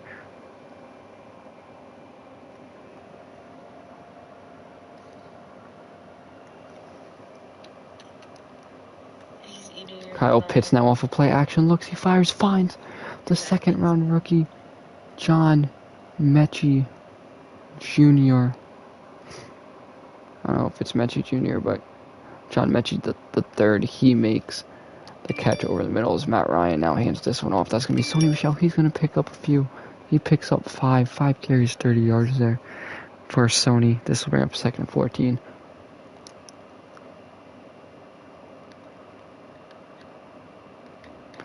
Matt Ryan under pressure gets this one off. It's caught Albert Wilson.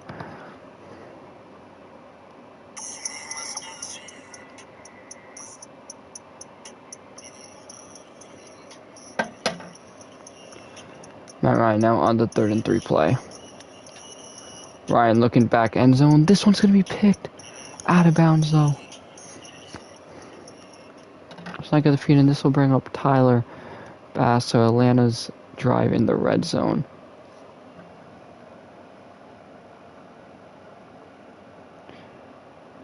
Goes 3 and out. Bass's field goal is up and it is good. Atlanta will take the 3-0 lead.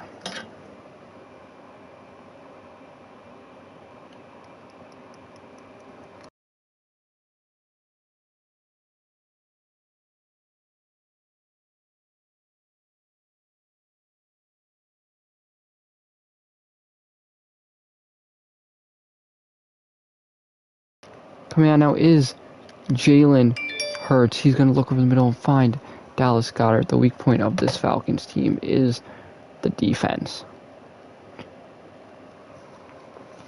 See how they play today. As Hurts under pressure, Hurts is going to get this one off. That is to the tight end. He's turning this one upfield. Carl Joseph on the hit tackle made there by A.J. Tyrell. Philly getting off to a hot start. That's Kolar. Carter and Vernon. The edge out wide. Dropping back to pass now is Hurts. He's airing this one deep, and Jalen Hurts. What a catch, Jalen Reagor working against A.J. Tyrell. And all of a sudden, the Eagles are up big. It is a booth review, though. They rule it a catch. Looks like he got his feet down.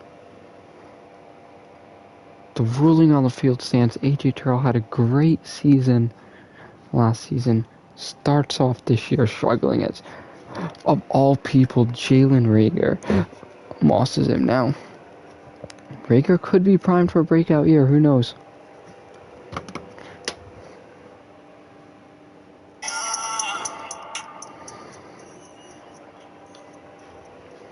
It's not off to a great start for AJ Charles. There goes Ely with the big pickup. He's going to pick up to the 29.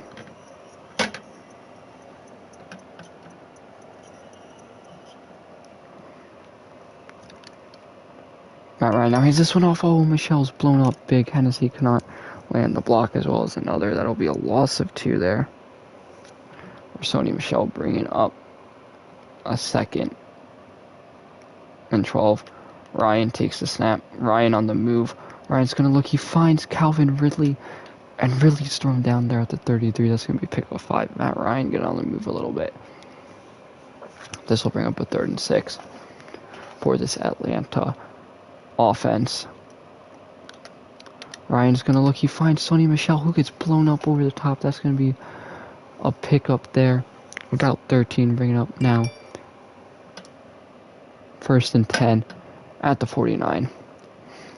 Ryan taking the snap. It's a handoff there. Brian Robinson, the Bama back. He's going to spin off one. He's tackled there at the 49. Brian Robinson Jr. Draft class of Tyler Linderbaum, Kenny Pickett, John Mechie, Kobe Bryant, Brian Robinson, Doman, Ely, etc. That's going to pick up 4 on the Brian Robinson carry. Ryan under pressure. He's going to get this one off on the read action. That's caught. John Mechie, the 3rd. The Bama wideout. Wasn't sure how effective he was going to be coming off the ATL. He already makes his 2nd grab of the game for 39 yards. In his NFL debut, Sony Michel's going to pick up 3 on that carry.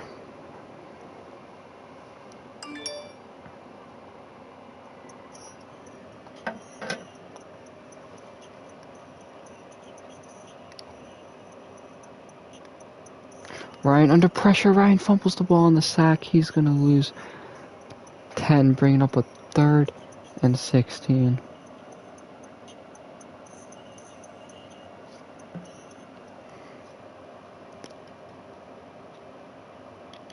Third and 16 now. Ryan's going to miss the check down there to Albert Wilson as Atlanta now is set up for a 51-yarder. This is Tyler Bass, the new free agent kicker. His field goal is up, and it is nailed through 7-6. Philly will hold on to its lead. 40 seconds left in the first. Set to boot is Tyler Bass. So Eagles once again bend, but do not break. This one's out of bounds there at the 25. Into the back of the end zone for a touchback.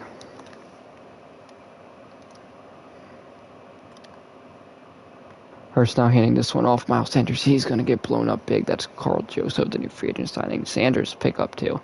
After a relatively good season last season for Sanders, despite not being used too much. Hurts dropping back to pass. Hurts is going to look over the middle. He finds his man in Dallas Goedert. Goddard will pick up 1st down and more. 4 for 4, 90 yards there for Jaylen Hurts, as that'll be the end of the first quarter. Eagles 7. Falcons 6. 1st and 10. Another big play for the new free agent signing Danny Shelton, getting off for the block of Dallas Goedert. Wrapping up Sanders for 0 gain. This will bring up 2nd and 10. Hurts running play action. Gets Joseph to bite a tad. Jalen Reagor making that grab. Out of bounds there at the 46, inches shy of the marker.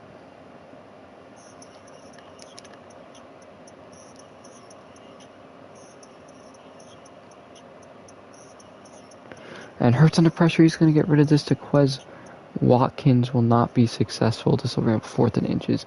Philly attempting an extremely long seal of 46.56. This is an NFL record if he makes it. He made it. No, he didn't. He missed it. Just short, actually. Yeah, the kick went just short. Can't believe he actually almost made that. This is around 1st and 10. Matt Ryan handoff. Keith Smith checks in, and Michel pick up 1 on the carry. Bring up 2nd and 9 for this Falcons offense.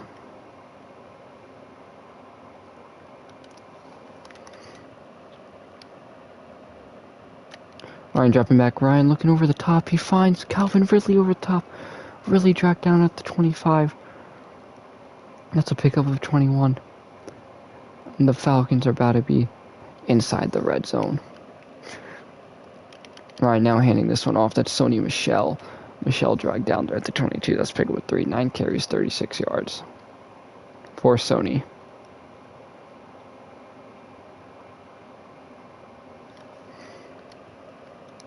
And Michel's going to be stopped there for a loss of 3. Offensive line giving out 3rd and 9 now here. For Atlanta, what will the offense draw up? Ryan's going to look high, deep, caught Kyle Pitts. Pickup of 11.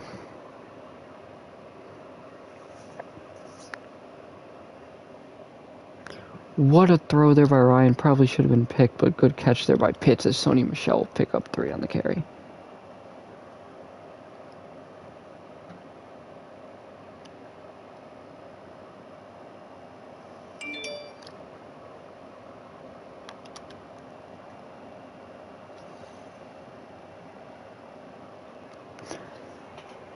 Let's now bring up a 3rd and goal.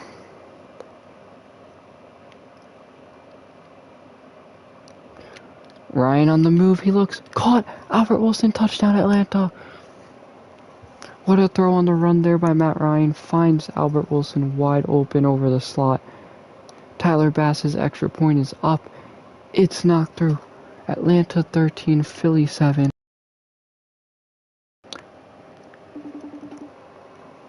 .538 remaining in the first half.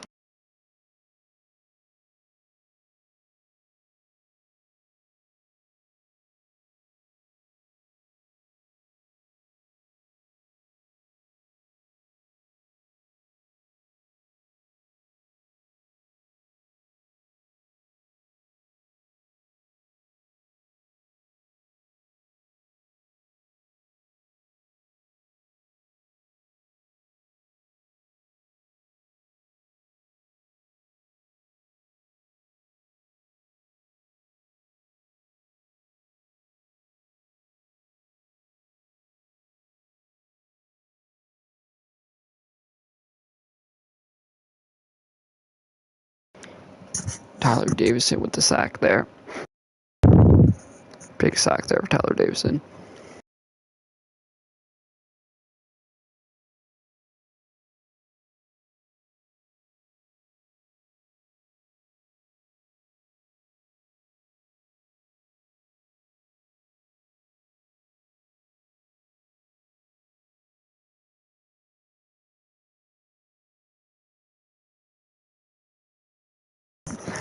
Hurts tried deep there to Rager, I believe. AJ Tyrell with the massive pass breakup. Joseph got beat a little bit in coverage deep. He was supposed to run that there as Ely will take this one to the 45. Atlanta up 13-7 on Philly. It was Philly early. Atlanta strikes back. Matt Ryan now hands this one off. Sony Michel bumps off of 1, and Sony Michel down there at the 46. That's a 9-yard pickup for the new Atlanta Falcon. Obviously signed that cheap 3-year deal in the offseason, getting paid nearly $3 million per year, as Michel's going to not pick up the first down there. 1 yard try, tried spinning. 14 carries already for Michel.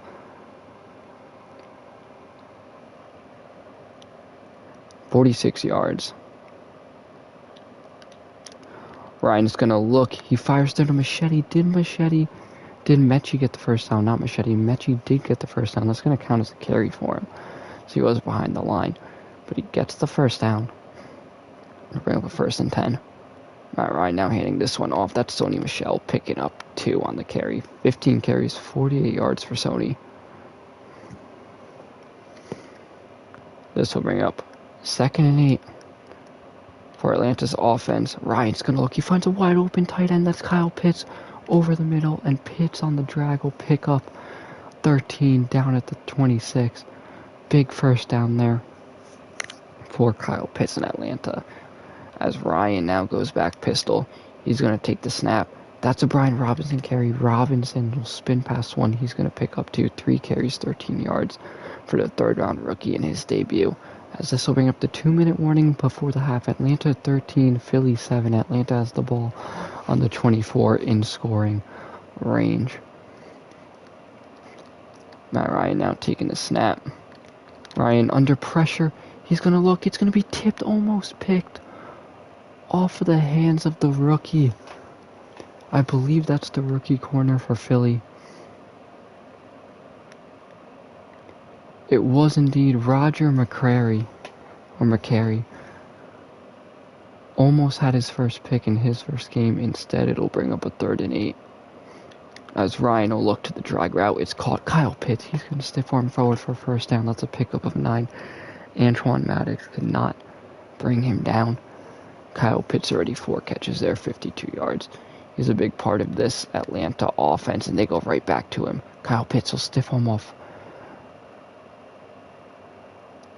Again, he's going to pick up 5. Kyle Pitts 5 catches now for 57. Matt Ryan now hands this one off. Sony Michel will pick up 1 on the carry. 16 carries, 49 yards for Sony Michel. What will the doctor draw up here on 3rd and 4? Nick Coughlin obviously coaching in his first career game. Ryan's going to look to the outside. It's caught. Mechie, he's pushed out of bounds. That's a 3. That's a pick of 7, working against Darius Slay.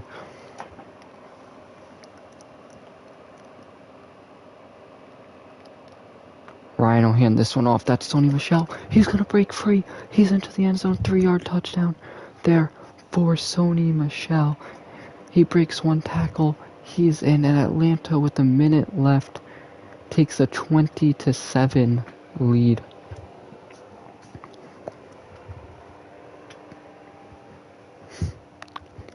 Matt Ryan has looked solid right now with his accuracy. Has not looked off outside of 1 bad decision, and it wasn't even an accuracy thing. It was just a decision thing under pressure.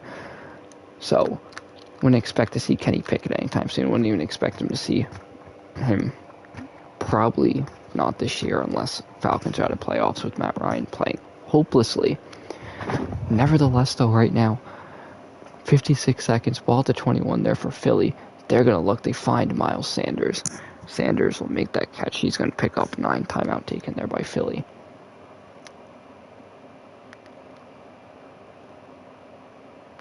Second and 1 now for Hurts in this Eagles offense. It's going to be jumped. A.J. Tyrell almost picked. He's going to knock this one away, though, from Jalen Reagor. This will bring up a 3rd and 1 for Philly's offense. Hurts lone. Hurts is going to look. He finds Dallas Goedert there on the drag. Goddard will get out of bounds. Tackle made by Olakun. 7 for 10 for Hurts. Dallas Goedert, 3 catches, 40 yards. Atlanta struggles to cover tight ends. It's being shown right now today. They also struggle to get to the quarterback. They only have 1 sack so far. Hurts being chased. As soon as I say that, it's a strip sack. The new free agent, Olivier Vernon. He had 9 back in 2020. Did not play last year due to a patellar injury or Achilles injury, I do believe, that he suffered in preseason. He gets to the QB there. As soon as I say that, Atlanta struggles to get to the quarterback. As Sony Michel's going to bounce off a tackle there. Michel's still going, breaking 2, and Michel's down there at the 32. That's the best 6-yard run you'll see in a while. This will bring him 2nd and 4. But Olivier Vernon with the strip sack picked up there by Grady Jarrett. This will bring up 2nd and 4 now. After the carry, Ryan's going to look. It's caught. Kyle Pitts. Pitts turning it up. He's out of bounds at the 25. That's a pick of 7 for Kyle Pitts. Already his 6th grab of the game for 64 yards. Is Matt Ryan dropping back. Ryan's going to look. He finds Mechie. Oh, Mechie can't hang on. It was thrown a little bit behind Mechie. Had to adjust to that ball. Did not make the adjustment in time. Ryan now going to roll out. Ryan's going to throw this one away. 3rd and 10 with 13 seconds left for Atlanta. Matt Ryan on 3rd and 10 is just going to hand this one off there to Sony. Michelle's going to break 2 tackles. He's down there at the 19. And Atlanta, with 3 seconds left, will use their second timeout of the half. Tyler Bass on to attempt the field goal. Bass's field goal is up, almost blocked, but it is up, and it is good. 23-7 lead for Atlanta here on opening day. Atlanta also does start with the ball, I do believe. Oh no, the Eagles start with the ball, not Atlanta. 23-7, completely outplaying them, just dominating them offensively and defensively. Heading into the studio for halftime. What do we have here? Tampa Bay, Carolina, NFC South matchup. Tampa Bay up 10-0 on Carolina. Brady being Brady, already 231 passing yards in the first half. Evans with 8 in the first half for 105. We'll take you to the Giants in Indianapolis. Colts up 10-0. Daniel Jones doing Daniel Jones things. 6 for 14, 57. Barkley struggling to run the football. Carson Wentz, though, solid day passing. As we will now take you to New England for Detroit, New England, as Jared Goff has New England on upset alert. 7-3. Mac Jones already with the pick. Jared Goff also threw a pick, though. As we talked to Nick Copeland in the offseason, he wants to get the deep ball going a little bit, and defensively they want to watch the deep pass. Obviously, Eagles converted on it once before, and they want to limit the chances Hurts has to throw deep. Bass on to boot. We get the second half started. This is not going to be returnable there for Quez Watkins. As Atlanta up by 3 scores, it's 23-7. Really 2 scores with 2-point conversions, I do believe, unless my math is off.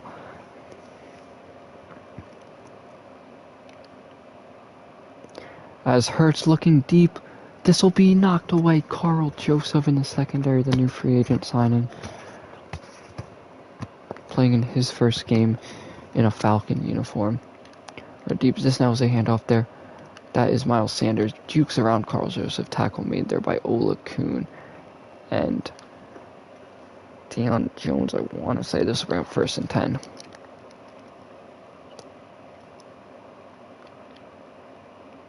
For Philly, as Philly will look, it's caught. Dallas Goedert working against AJ Tyrell. Goddard just does a nice job boxing out AJ Tyrell there. 4 catches, 45 yards there for Dallas Goedert. So, not doing as bad as some may have thought.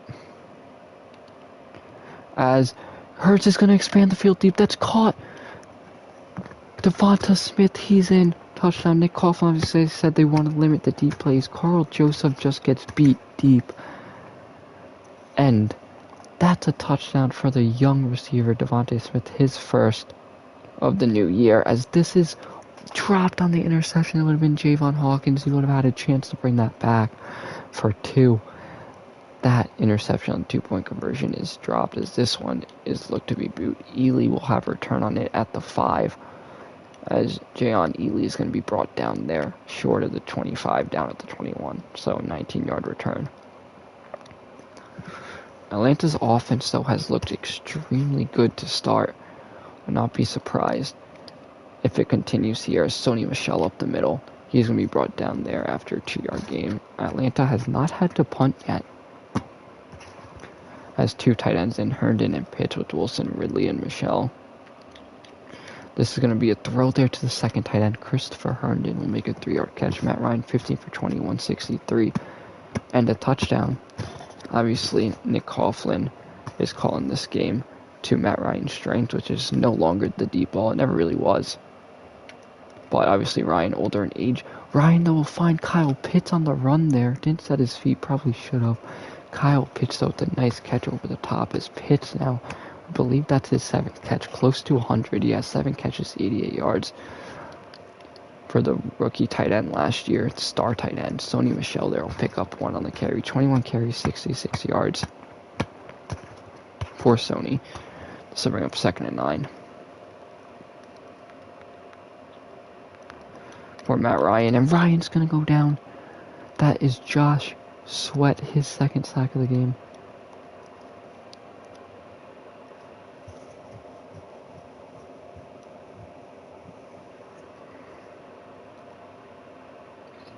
Sweat is working against Caleb Mcgarry, and he's having himself a day right now. Brian Robinson checking in. Ryan's going to look on the comeback. It's off the hands of Calvin Ridley, incomplete. As Dom Maggio on to punt for his first time of his career. Maggio boots. This ball's going to bounce at the 8, and it's going to be down by Williams at the 9. So 1st and 10 now for the Eagles at the 9, starting up the new drive. Hurts handing this one off. Sanders is going to break through there for 5, bringing up a 2nd and 5. 5 carries, 23 yards.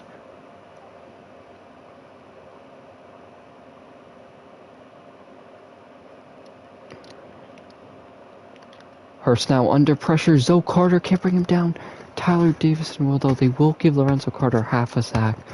Don't know why he completely missed the tackle with Tyler Davison with 1.5 sacks.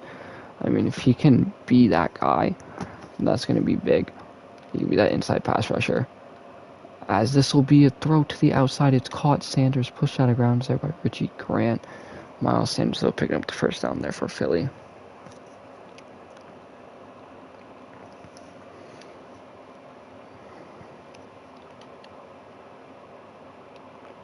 First down now for Philly. Hurts under pressure. He's going to be sacked. That's Grady Jarrett with the full sack. Olivier Vernon gave pressure with Grady Jarrett there with a big sack. That's Atlanta's 4th sack of the game. So a team that didn't get a ton of pressure last year started off with 4 sacks this year. And it's only the 3rd quarter. That was one thing Nick Coughlin wanted to fix in the offseason. So far, it seems like they have Hurts. Shotgun, 2 tight end set.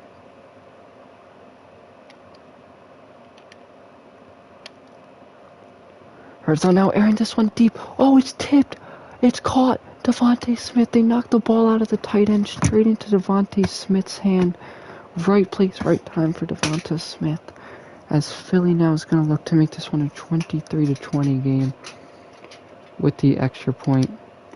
The extra point is up and it's knocked through. 23-20. Atlanta's lead is cut down by 3. Oh no, what a play. It was off the hands of the tight end. Then just right place, right time for Devontae Smith. As Ely's going to be tackled there right away at the 21.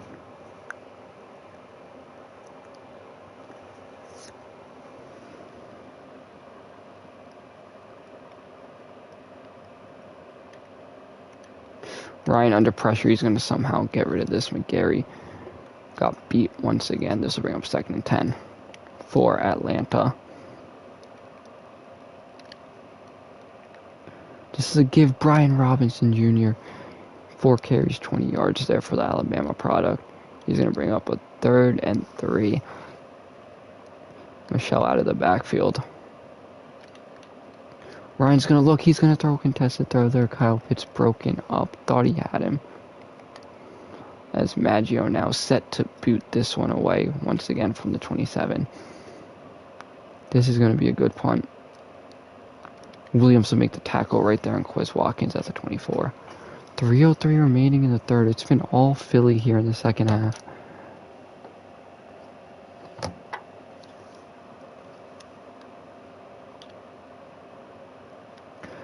This is going to be a throw over the middle. It's caught Jalen Reagor. Hurts 12 for 17, 293 and 3 touchdowns.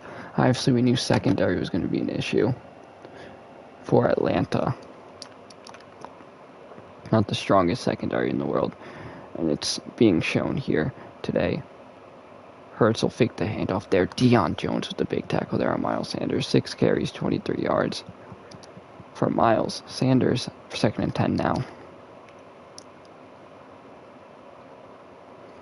for Philly. This will be play action. He gets pressure there, and Carl Joseph gets pressure there on Jalen Hurts. Hurts is going to be forced to throw this one away. This will bring up now a 3rd and 10 for Philly, and this will be a big stop.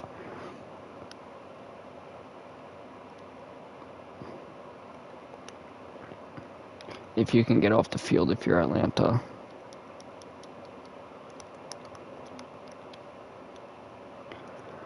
Hurts will pick up the first down. That's Jalen Rager. He makes a few men miss. Still going.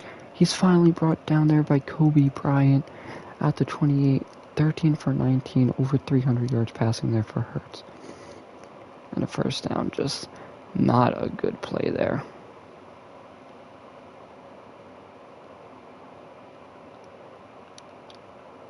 This will be broken up there. Kobe Bryant. Good defense there from Kobe. Or from Bryant. This will bring up now a 2nd and 10.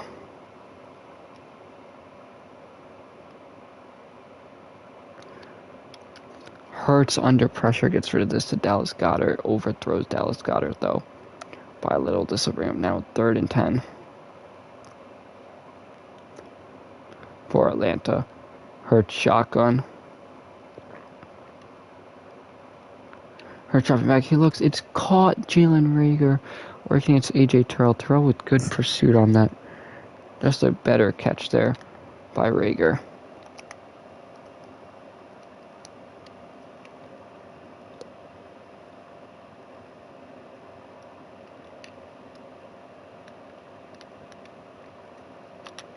Hurts is going to run there for 5. Slide. Actually picks up 6.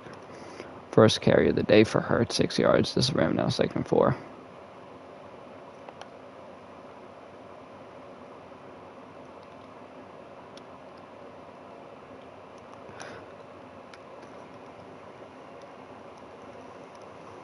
This will be an overthrow there by Hurts, bringing up a 3rd and 4. He got Sheffield to bite on him coming down, so it would have been huge as Hurts is going to throw incomplete straight away. This will bring up an Eagles field goal to tie the game at 23 apiece. That's a big stop for Atlanta, bending but not breaking. Seems like when you bring pressure on Hurts, he gets rid of it quick. As this is up, it's good. 23-20. It's been all Philly second half. Can Atlanta get something going offensively? Sony Michel, okay day running. Same thing with Brian Robinson. Kyle Pitts had a big first half. Hasn't really done anything second half, much like this Atlanta offense. I'm going to toss back. Sony Michel is the first back, so I don't want to have to worry about Hill getting hurt. Or Robinson getting hurt.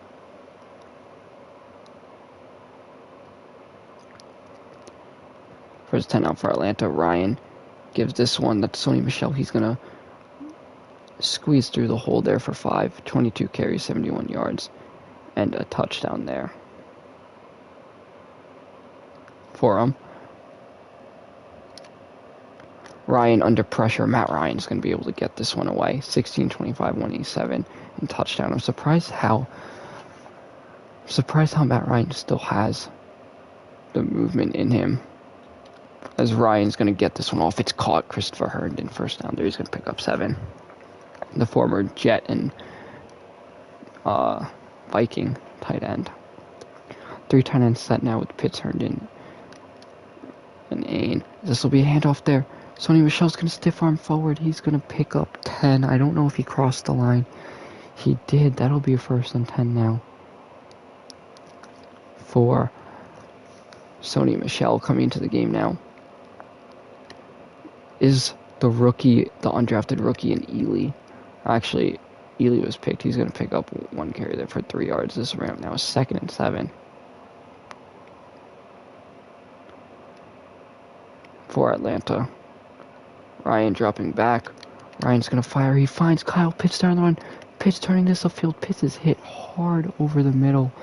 That's going to be a big first down and more there for Kyle Pitts. Big pickup by the star tight end. Trey Boston over the top. Hit Kyle Pitts. Not going to do any good, though. Matt Ryan on the run there. It is dropped by Keith Smith. 18 for 28 for Matt Ryan. 214 and a touchdown.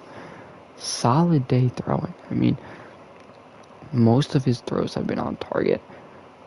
a lot of his throws that are incompletions have been kind of drops or bad decisions, as Sony Michel's going to try to bounce this one outside instead of the hole. He's going to only pick up one. Falcons are in field goal range.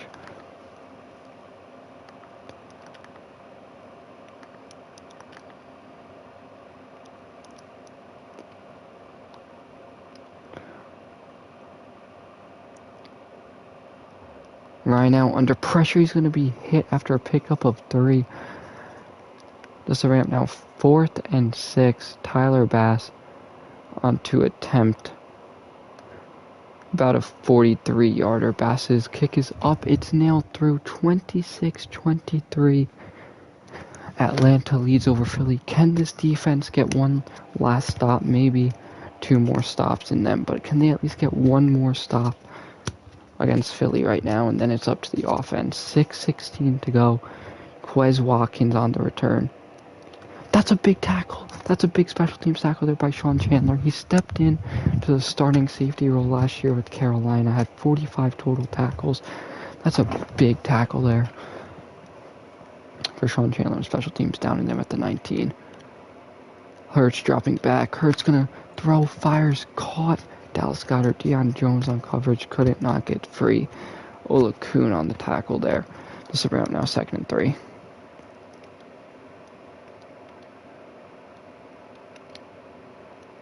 Hurts dropping back, it's a handoff there. Carl Joseph with a big tackle there on Miles Sanders, stopping them inches shy of the marker. It's 3rd and inches.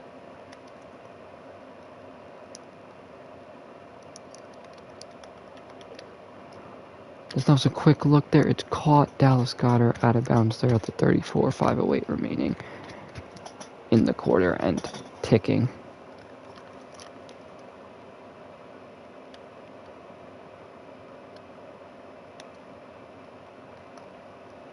Oh, Sheffield tried to jump the route. Devontae Smith with his 3rd touchdown of the game. No.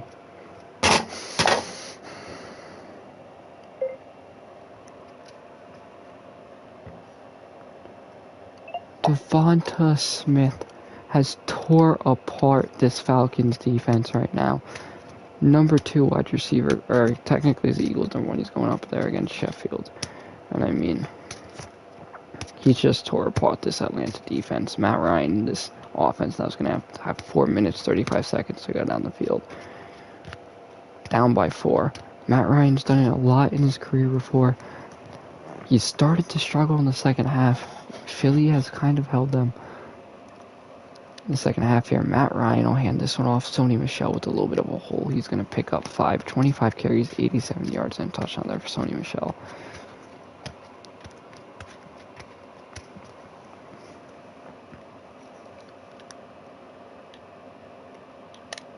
Ryan on the move. He's going to find Kyle Pitts over the middle. That's going to be picked up 19 for 29, 223. And a touchdown now. And a touchdown for Matt Ryan.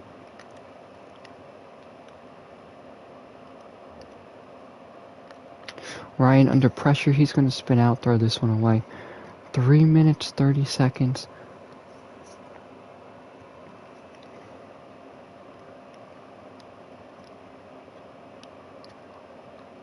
Ryan under pressure. He's going to somehow get this one off. Incomplete. 3rd and 10.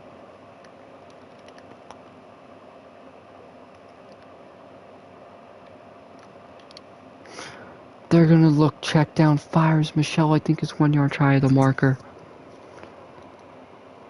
4th and inches, going for it now.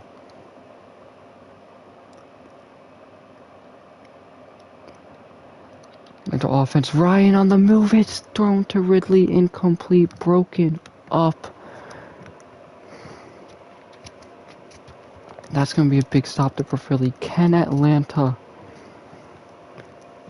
get a much needed stop here? Carl Joseph there jumps there on Goddard. Atlanta leads their first time out of the half. This is up 2nd and 6.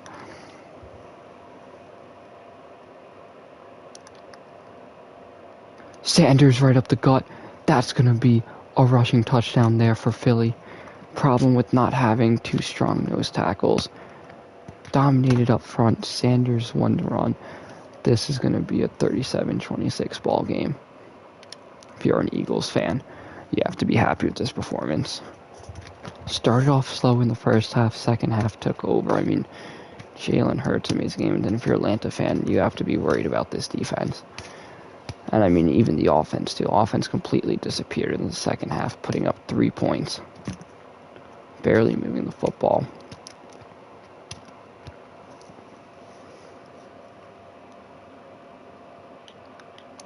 Ryan's going to miss Albert Wilson there on the short pass. 20 for 34, 233, and a touchdown now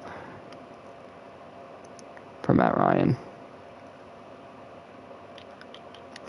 Ryan there on the move. He's going to find his favorite target, Kyle Pitts.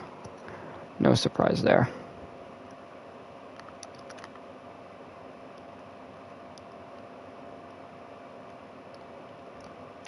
Ryan somehow under pressure throwing out of that sack. 21 for 36, 242, and a touchdown.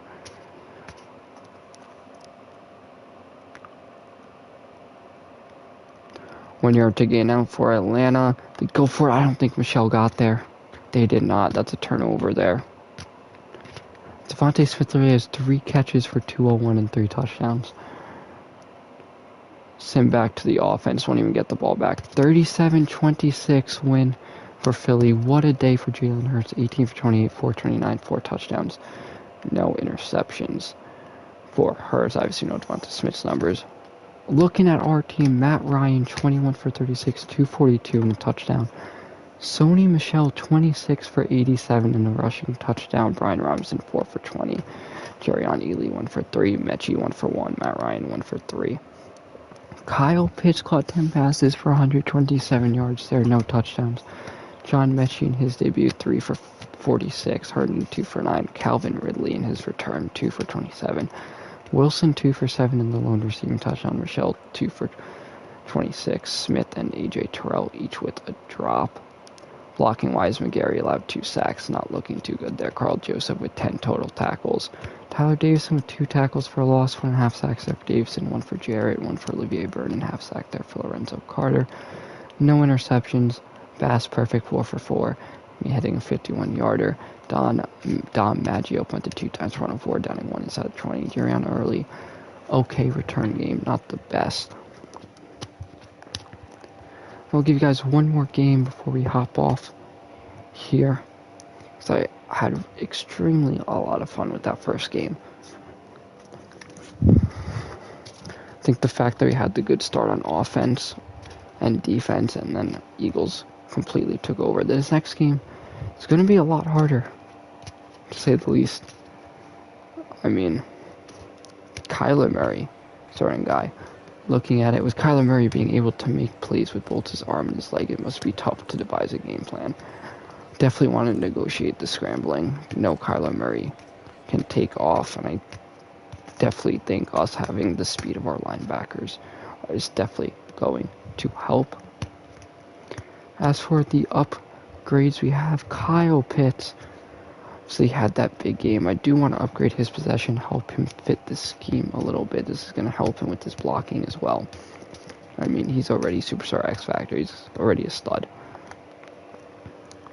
As Richie Grant, okay game. Last week, not the best. Want to upgrade his zone, let him range over the top. I definitely want Richie Grant to be the free safety of the future. I think he does have the potential to be. We just have to wait and see. Avery Williams can grow in his man coverage. So that goes up by 3. Tyler Davison, definitely want him to grow as a run stopper. Definitely need to see more from him in that run stopping role.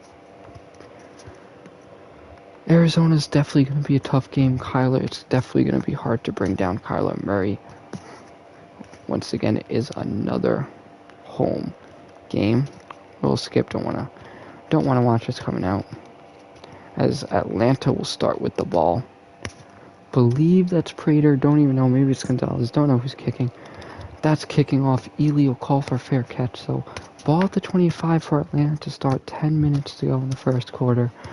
Obviously, us doing 10 minutes quarters. Matt Ryan, 21 for 36, 242, a touchdown, no interceptions. Last week, Sony Michel carried the ball like 27 times. He carried the ball a lot last week. And they will go right back to him. That's going to be a big stop. Tyler Linderbaum struggles on a block there by Maurice Hurst. This will bring up 2nd and 12. Facing early adversity there as Matt Ryan's going to look. He looks to the outside. That's the rookie wide receiver, John Mechie, making that catch. The 2nd round rookie, I do believe. 1 catch, 12 yards now there for Mechie. Jalen Thompson on tackle. Matt Ryan will hand this one off there. That's Albert Wilson. He's going nowhere, though. That's a loss of 4. Brought down Chandler Jones. Hopefully we'll be able to block him. It was tough. Mcgarry struggled last week against Josh Sweat. This will be a give. That's Sony Michel. He's going to pick back up what Albert Wilson lost. So that'll bring up a 3rd and 9 for Atlanta. Another guy who was virtually absent last week was Calvin Ridley.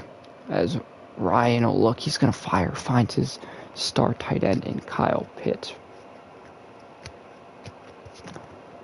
4-12. This will bring up 1st and 10 now for Atlanta. Michelle following the blocks. Michelle will pick up about 6 on that carry. 26 carries, 87 yards, and a touchdown last week for Sony Michel. Someone who did look good last week on his 4 carries was Brian Robinson. He had 4 carries there for 20 yards. As Robinson's going to get hit by Jones, but he's still going to pick up 3. So looking at this Atlanta draft class, they do have Tyler Linderbaum, who's been up and down. Kenny Pickett on the bench, future quarterback potentially, and John Mechie as the top guys there. This will be up now with 3rd and 1. Ryan's going to look. He's going to throw his first pick of the year. That's to Buda Baker. As Mcgarry will get the initial hit. Matt Ryan was jumped there by Buda Baker, and that is not an ideal start if you are a Falcons fan. Kyler Murray now. It's a first look at their offense. Obviously, they do not have Christian Kirk.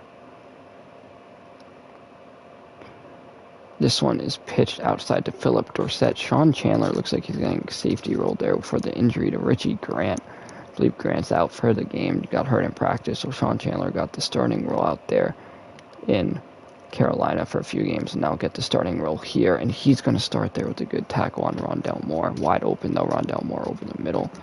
Bringing up a 1st and 10 for Arizona. Stacking the box is Atlanta. Murray pistol. He's going to hand this one off there to James Conner. Tackle made there by Jones and Lorenzo Carter. Conner had 2 rushing touchdowns last week, 16 carries, 56 yards. He's going to start off today with a 1-yard carry. Once again, pistol formation now for Kyler Murray and this Arizona offense. This is going to be a give.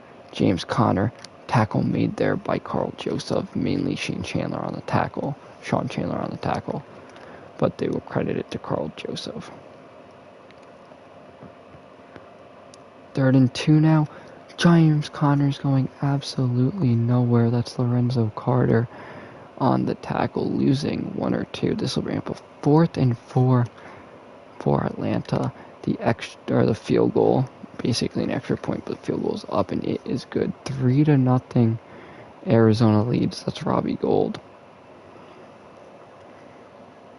So good start for Arizona. They couldn't capitalize on a touchdown off of the interception, but they do at least stop Matt Ryan, Atlanta's first drive.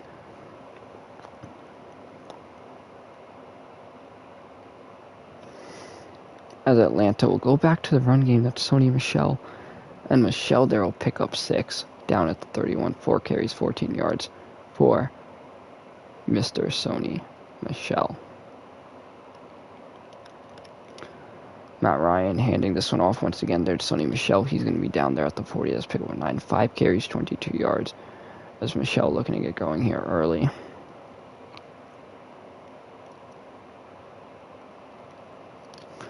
Matt Ryan now is going to hand this one off. Michel with the hole. Michel's going to pick up 9. Stiff arming Byron Murphy Jr.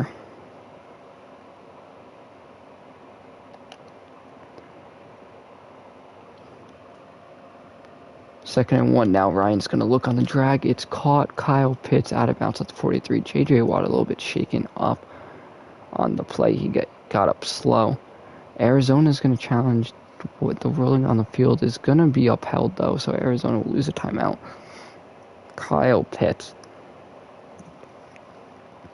What a player that he is, as Sony Michel's going to spin to avoid a loss. He's going to pick up 1. This is around 2nd and 9. 2 tight end set, Christopher Herndon, Kyle Pitts. Keith Smith also in the fullback. Ryan will run, play action. Ryan's going to look. He finds fullback Keith Smith. Keith Smith now is going to break a tackle. Keith Smith's just going to bulldoze forward down there at the 19. What a pickup there by Keith Smith. 23-yard catch there for the fullback. Matt Ryan now sending Albert Wilson in motion. This is going to be a fake handoff there to Wilson. Picked up Sony Michel. He gets absolutely bulldozed there. Checking in once again is Brian Robinson. First time this drive. Ryan's going to hand this one off. This is going to be a 2-yard pickup there for Brian Robinson. Almost broke free. Now it is a 3rd and 9 play here for Atlanta. Ryan's going to look. He's going to find Kyle Pitts a little bit behind him. Pitts will pick up 3. This will ramp a 4th and 5. Tyler Bass on for basically an extra point, but it'll be worth 3. Bass's kick is up, and it's knocked through. Atlanta 3, Arizona 3, and that's how the first quarter is going to end. Low-scoring game, both offenses playing all right. Obviously, 1 drive for Arizona, 2 drives for Atlanta. Story has been time of possession for Atlanta with their rushing game. 3-3, though, as Kyler Murray now will have to go full length for a touchdown. 75 yards. Kyler Murray's going to look. He's going to find his favorite target. That is DeAndre Hopkins working against Sheffield. Don't really know if I like that matchup a ton, but we'll see. Kyler Murray, shotgun, no one back there. This one's going to be a keeper there for Kyler Murray. He's going to be hit after pick of 2, and I actually am going to switch that matchup.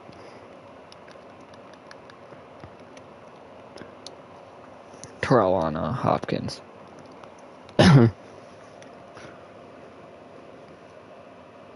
Murray will pick up 2 in the first down for Arizona there. This is going to be a handoff. James Conner. Sean Chandler misses a tackle but gets the initial hit. Tackle made there by Carl Joseph, picking up 5. And it's now stacking the box on this 2nd and 5. This is going to be a give James Conner. Tackle made Carl Joseph. James Conner inches shy of the marker. Pistol formation now for Arizona. This is going to be a handoff. Conner, does he get the first? I do think he picked up the first. Yes, he did. Arizona gets the inches to move the chains.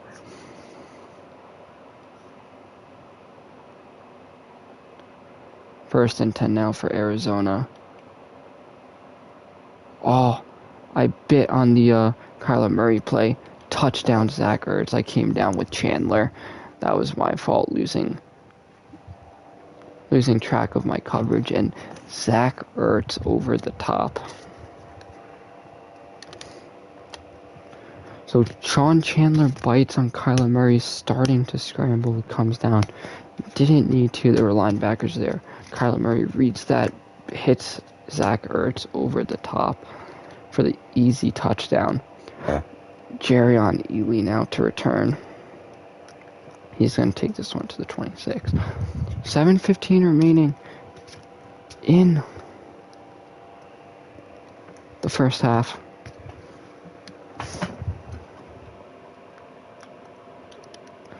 As Matt Ryan looks, fires incomplete there to Albert Wilson. 2nd and 10.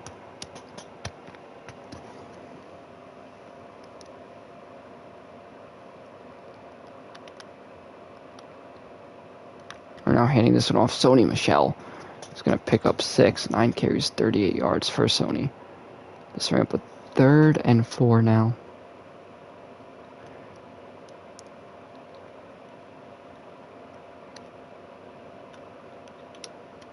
Ryan on the move, almost picked there by Murphy Jr. working against Wilson. This is going to be a forcible punt. Is this Atlanta offense going nowhere? Maggio on to boot.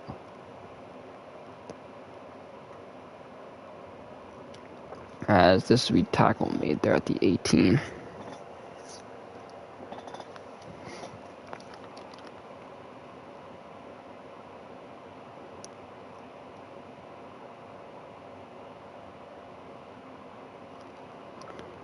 Kobe Bryant misses the tackle there on James Conner, and Conner's going to run this one up there for 6.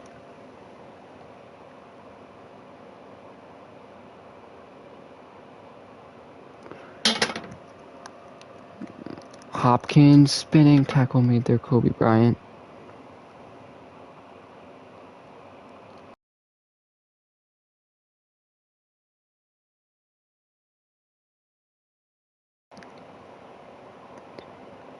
First and 10 now. Murray dropping back, that's Tyler.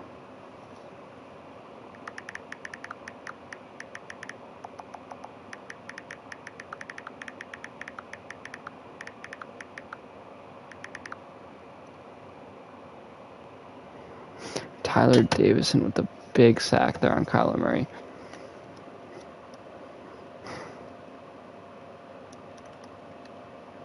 Murray now on the keeper. He's going to be tackled there by Kobe Bryant and Lorenzo Carter. Bring it up now with 3rd and 12.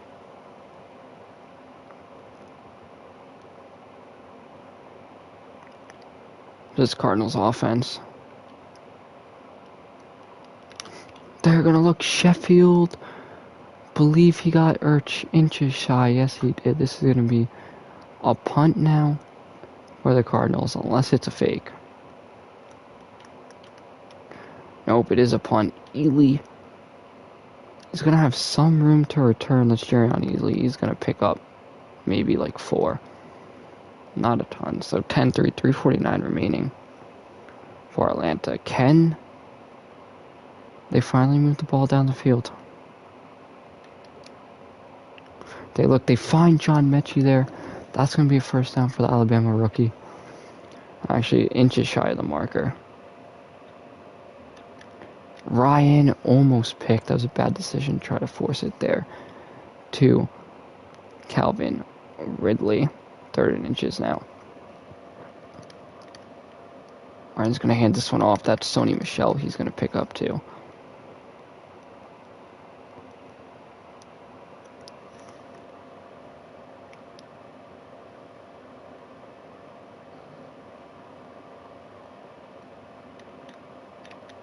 Ryan's going to be picked.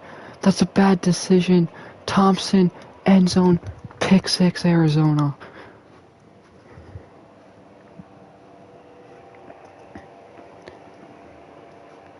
Matt Ryan thought he had Pitts on the quick out.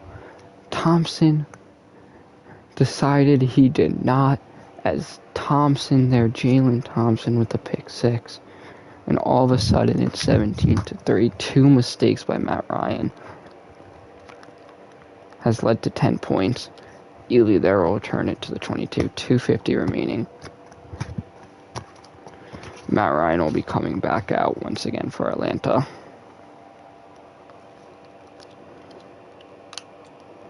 And this one off. Oh, Michelle makes one-man miss on the tackle. 11 carries, 51 yards for Sony Michel.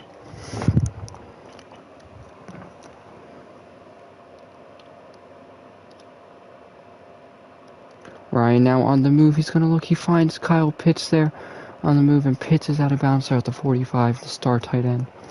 7 for 12, 90 yards, 2 picks right now for Matt Ryan. That was just a big pickup by Kyle Pitts.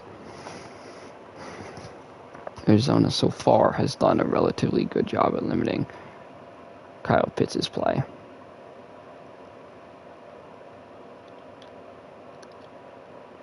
Sony Michel trips up on the handoff there. Bring up now 2nd and 12.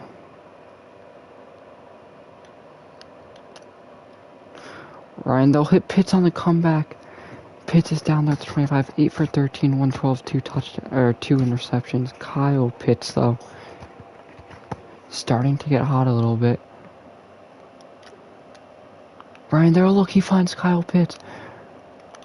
Kyle Pitts tackled there at the 5. That's pick over 20 now for the tight end.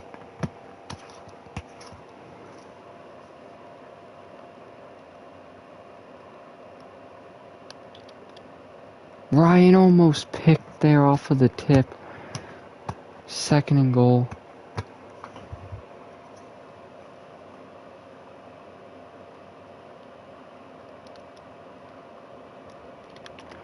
Michelle going nowhere. Timeout taken at Atlanta, 39 seconds.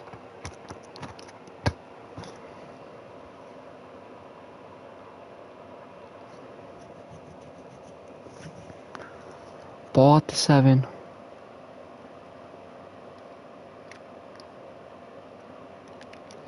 Ryan on the move. He looks caught. Touchdown, Kevin Ridley. That's Ridley's first catch of the game. He's in. Matt Ryan. It's his first passing touchdown of the game. The extra point now up for Bass is good. 17-10. Can Atlanta go in down 17-10, or will Arizona bump up the score?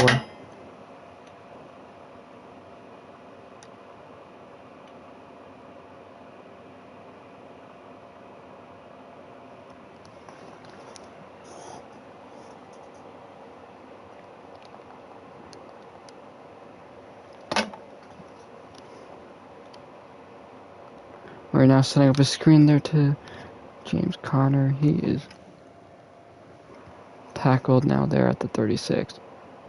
Arizona running play is not calling a timeout.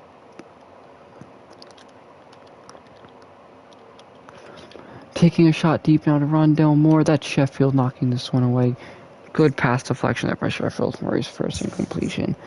As Atlanta will go into halftime down 17-10 to Arizona. Now this Arizona offense and team is really, really good. Obviously, they lost Christian Kirk, still have DeAndre Hopkins, so still have a great rushing attack in Murray and Connor.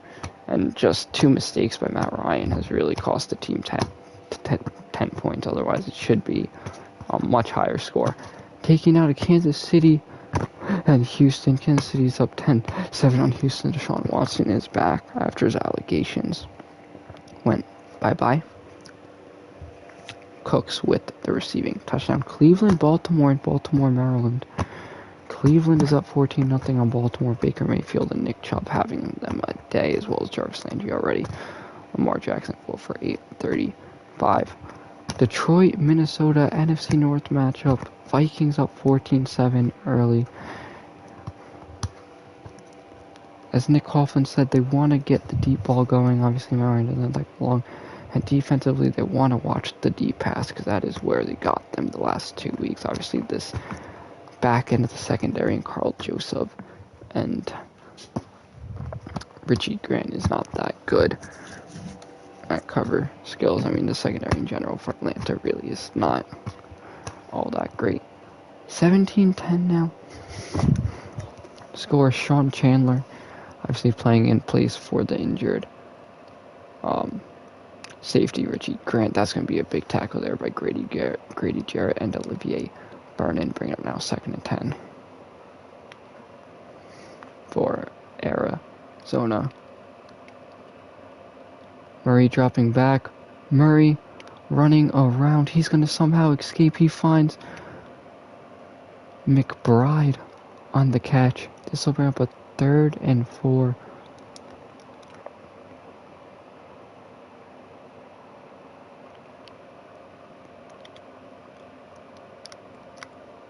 This one's caught. Ertz. He is going to be pushed out of bounds there by Carl Joseph at the team. Zach Ertz, though, already over 100 yards on 2 catches. It's just this Falcons team does not limit the big plays. This now to the outside is caught. Tackle made there. Dion Jones, Chandler in coverage. Just for him now, 1st and goal.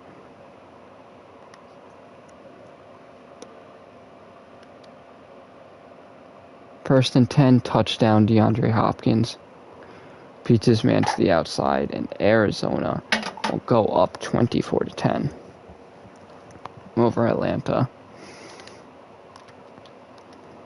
Atlanta defense is not good. To say the extreme least is not good.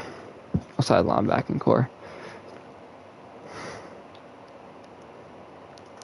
Ely now on the return by linebacking core, middle linebacking core. There goes Ely. He's going to be hit, brought down 29. Matt Ryan having a slow start to this game. Got a little bit going though. Start that second half. Ryan's going to hand this one off. Sony Michel's going to somehow power forward for 1 yard. 14-49 there for Sony.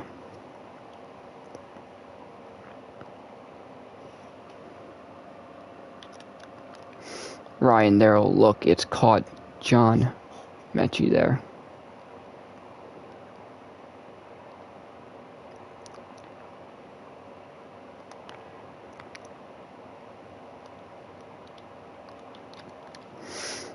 Ryan now looks. He hits Pitts there for a pickup of 6. Push out of bounds by Simon. This will bring up now a 2nd and 4.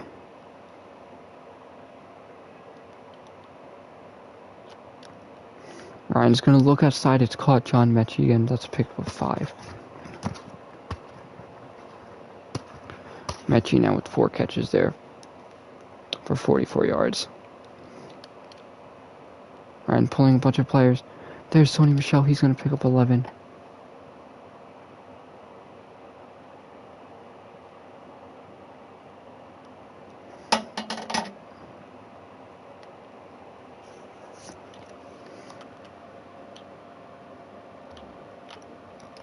Ryan's going to look. He finds Calvin Ridley.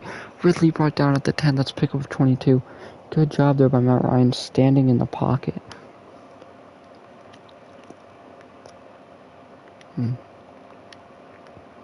Right now handing this one off. That's Brian Robinson Jr. He's going to pick up 4, 3 carries, 7 yards there for the rookie from Bama. Sony Michel checking in.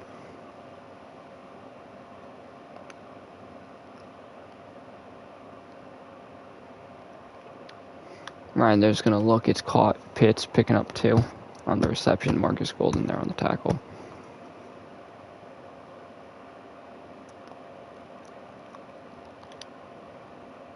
Right now handing this one off. Oh, Sony Michel's going nowhere. 16 carries, 60 yards.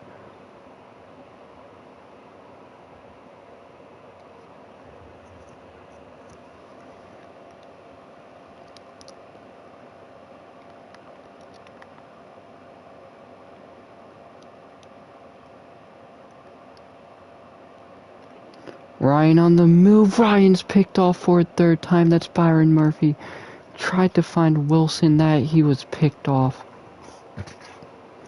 Matt Ryan.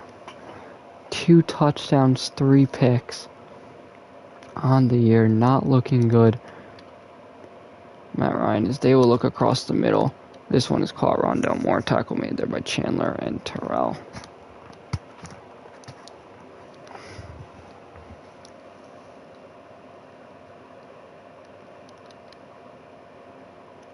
That was a handoff there. James Conner bulldozes over Grady Jarrett. Don't know how Jarrett did not make that tackle. This will bring up 2nd and 6.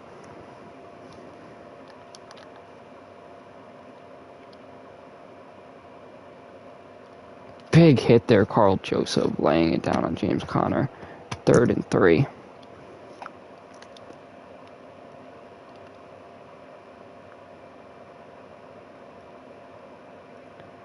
Murray on the QB keeper.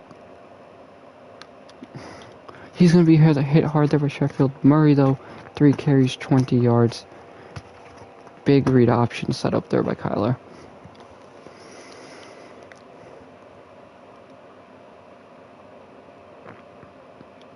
Connor now, tackle made there by Joseph. Connor will pick up 3. 11 carries, 32 yards.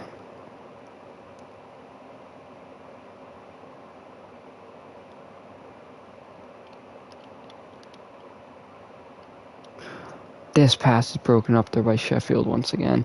12 for 14, 198 and 2 touchdowns there for Kyler Murray. 3rd and 7.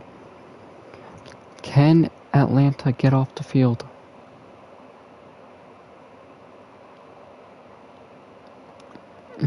Yes, they can. That's Sean Chandler. Chandler filling in for the injured Richie Grant. Can he go all the way?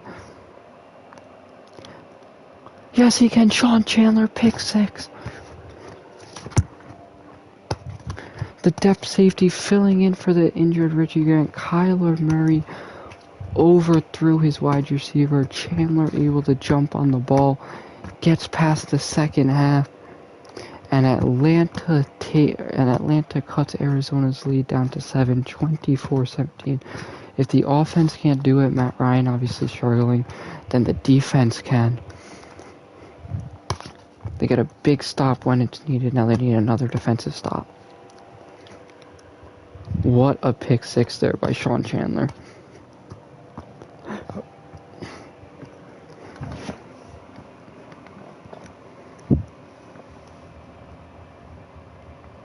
Jeff Wilson Jr. checking in.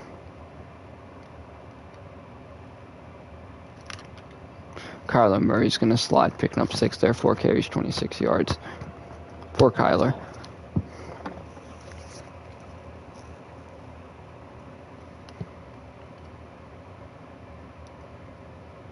Sheffield getting beat outside. Caught, first down Arizona. That'll be the end of the third quarter. 24-17. Cardinals lead. Richie James Jr. with his first catch of the game. 23 yards. Give good tackle there, Dion Jones. Connor picking up 4. Bring up 2nd and 6.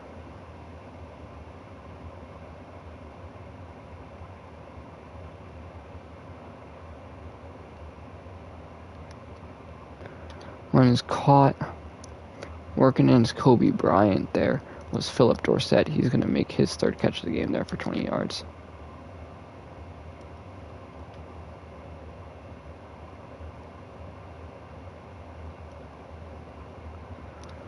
We're now working a pitch. Connor there will pick up 3, tackle made by Afadio to Nigbo.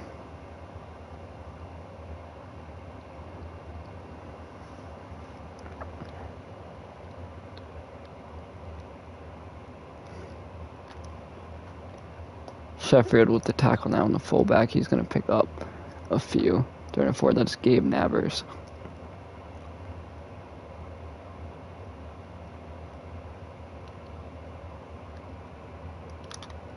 Sheffield with a big hit there on Rondell Moore. Arizona driving, Atlanta needing a turnover.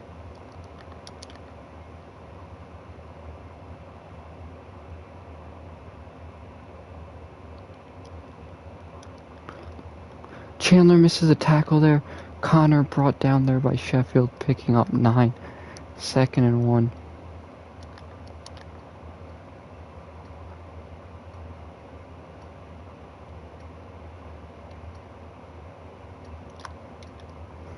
Walker there with the tackle. That's Michael Walker. Jeff Wilson Jr. on the carry, 1st and goal.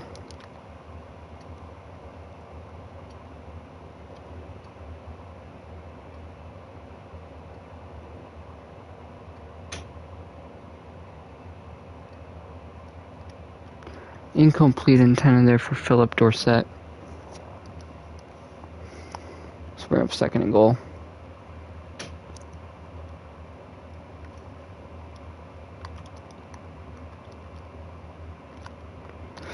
Oh, almost picked, intended there for Hopkins. Murray off balance. Could have been picked by Sean Chandler again.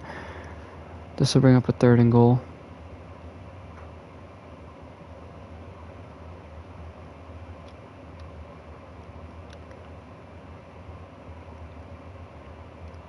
Murray with nowhere to go. He's going to be smart about it. Throw it away. Potentially take a 2-score game with 6 minutes left.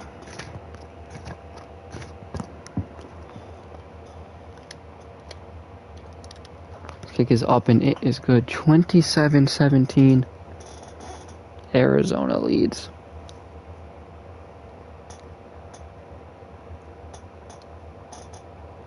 This kick is up now. Ely is going to fair catch it. 6 minutes remaining in the game. Ball on the 25. 2-score game here for Atlanta. Obviously, Matt Ryan has not been ideal. 2 tight end set, Herndon and Pitts. Ryan's going to look. He's going to fire there. It's caught. Christopher Herndon. He's going to stiff arm. Let's pick up a 14. for Christopher Herndon.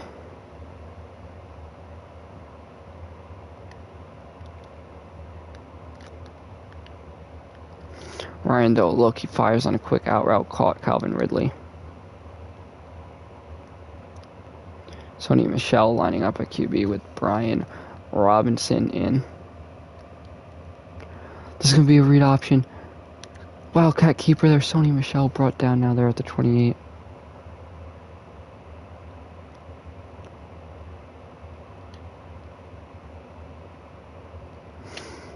Michel on the run, incomplete. He had Calvin Ridley. What a play.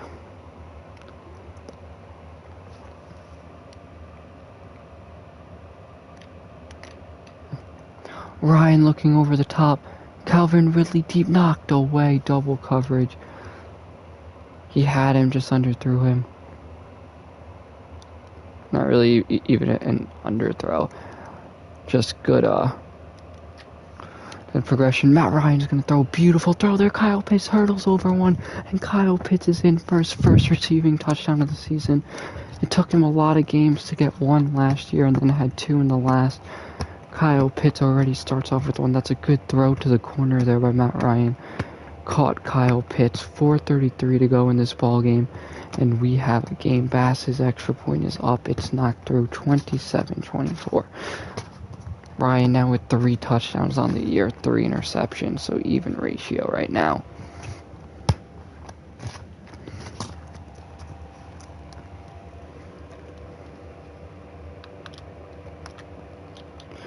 Forced a fumble. Oh, it's picked up.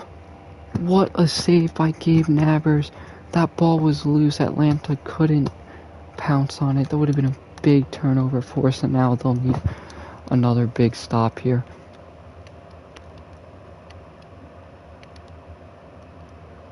This is a handoff to the outside. Sean Chandler with the big tackle. Philip Dorsett picking up 4.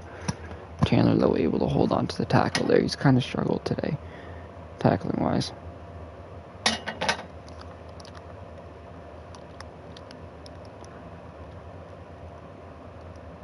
Kyler Murray now taking off. Sheffield pushes Murray out there at the 32. Kyler Murray 5 carries, 74 yards.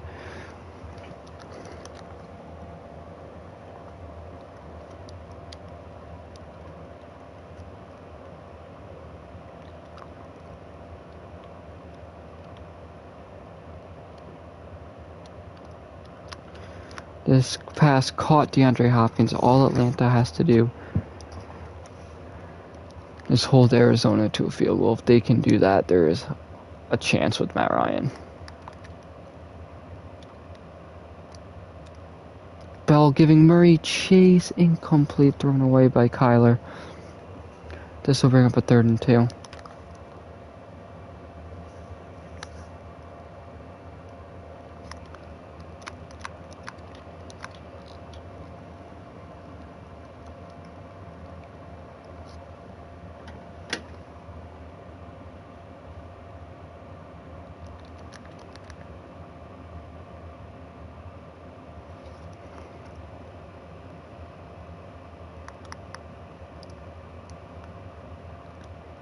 Sean Chandler misses the tackle there on Connor.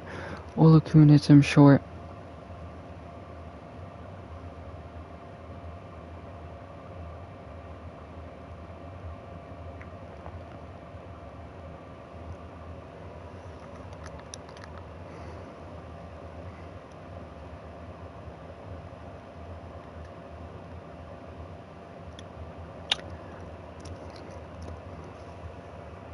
Kind of short there, 3rd and 1.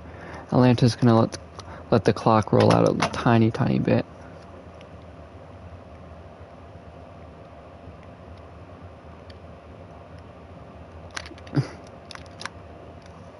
Connor gets first down. Atlanta's gonna use the timeout there, and that's gonna probably end it.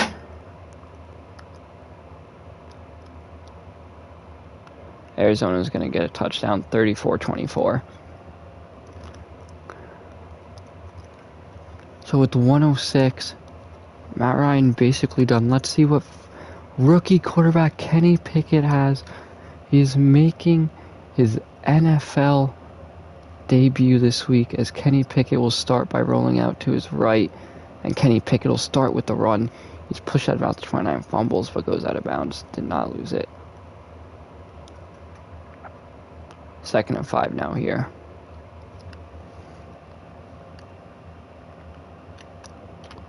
Pickett now looking deep. The pass is caught. Kyle Pitts. He could go all the way touchdown, and there's a chance.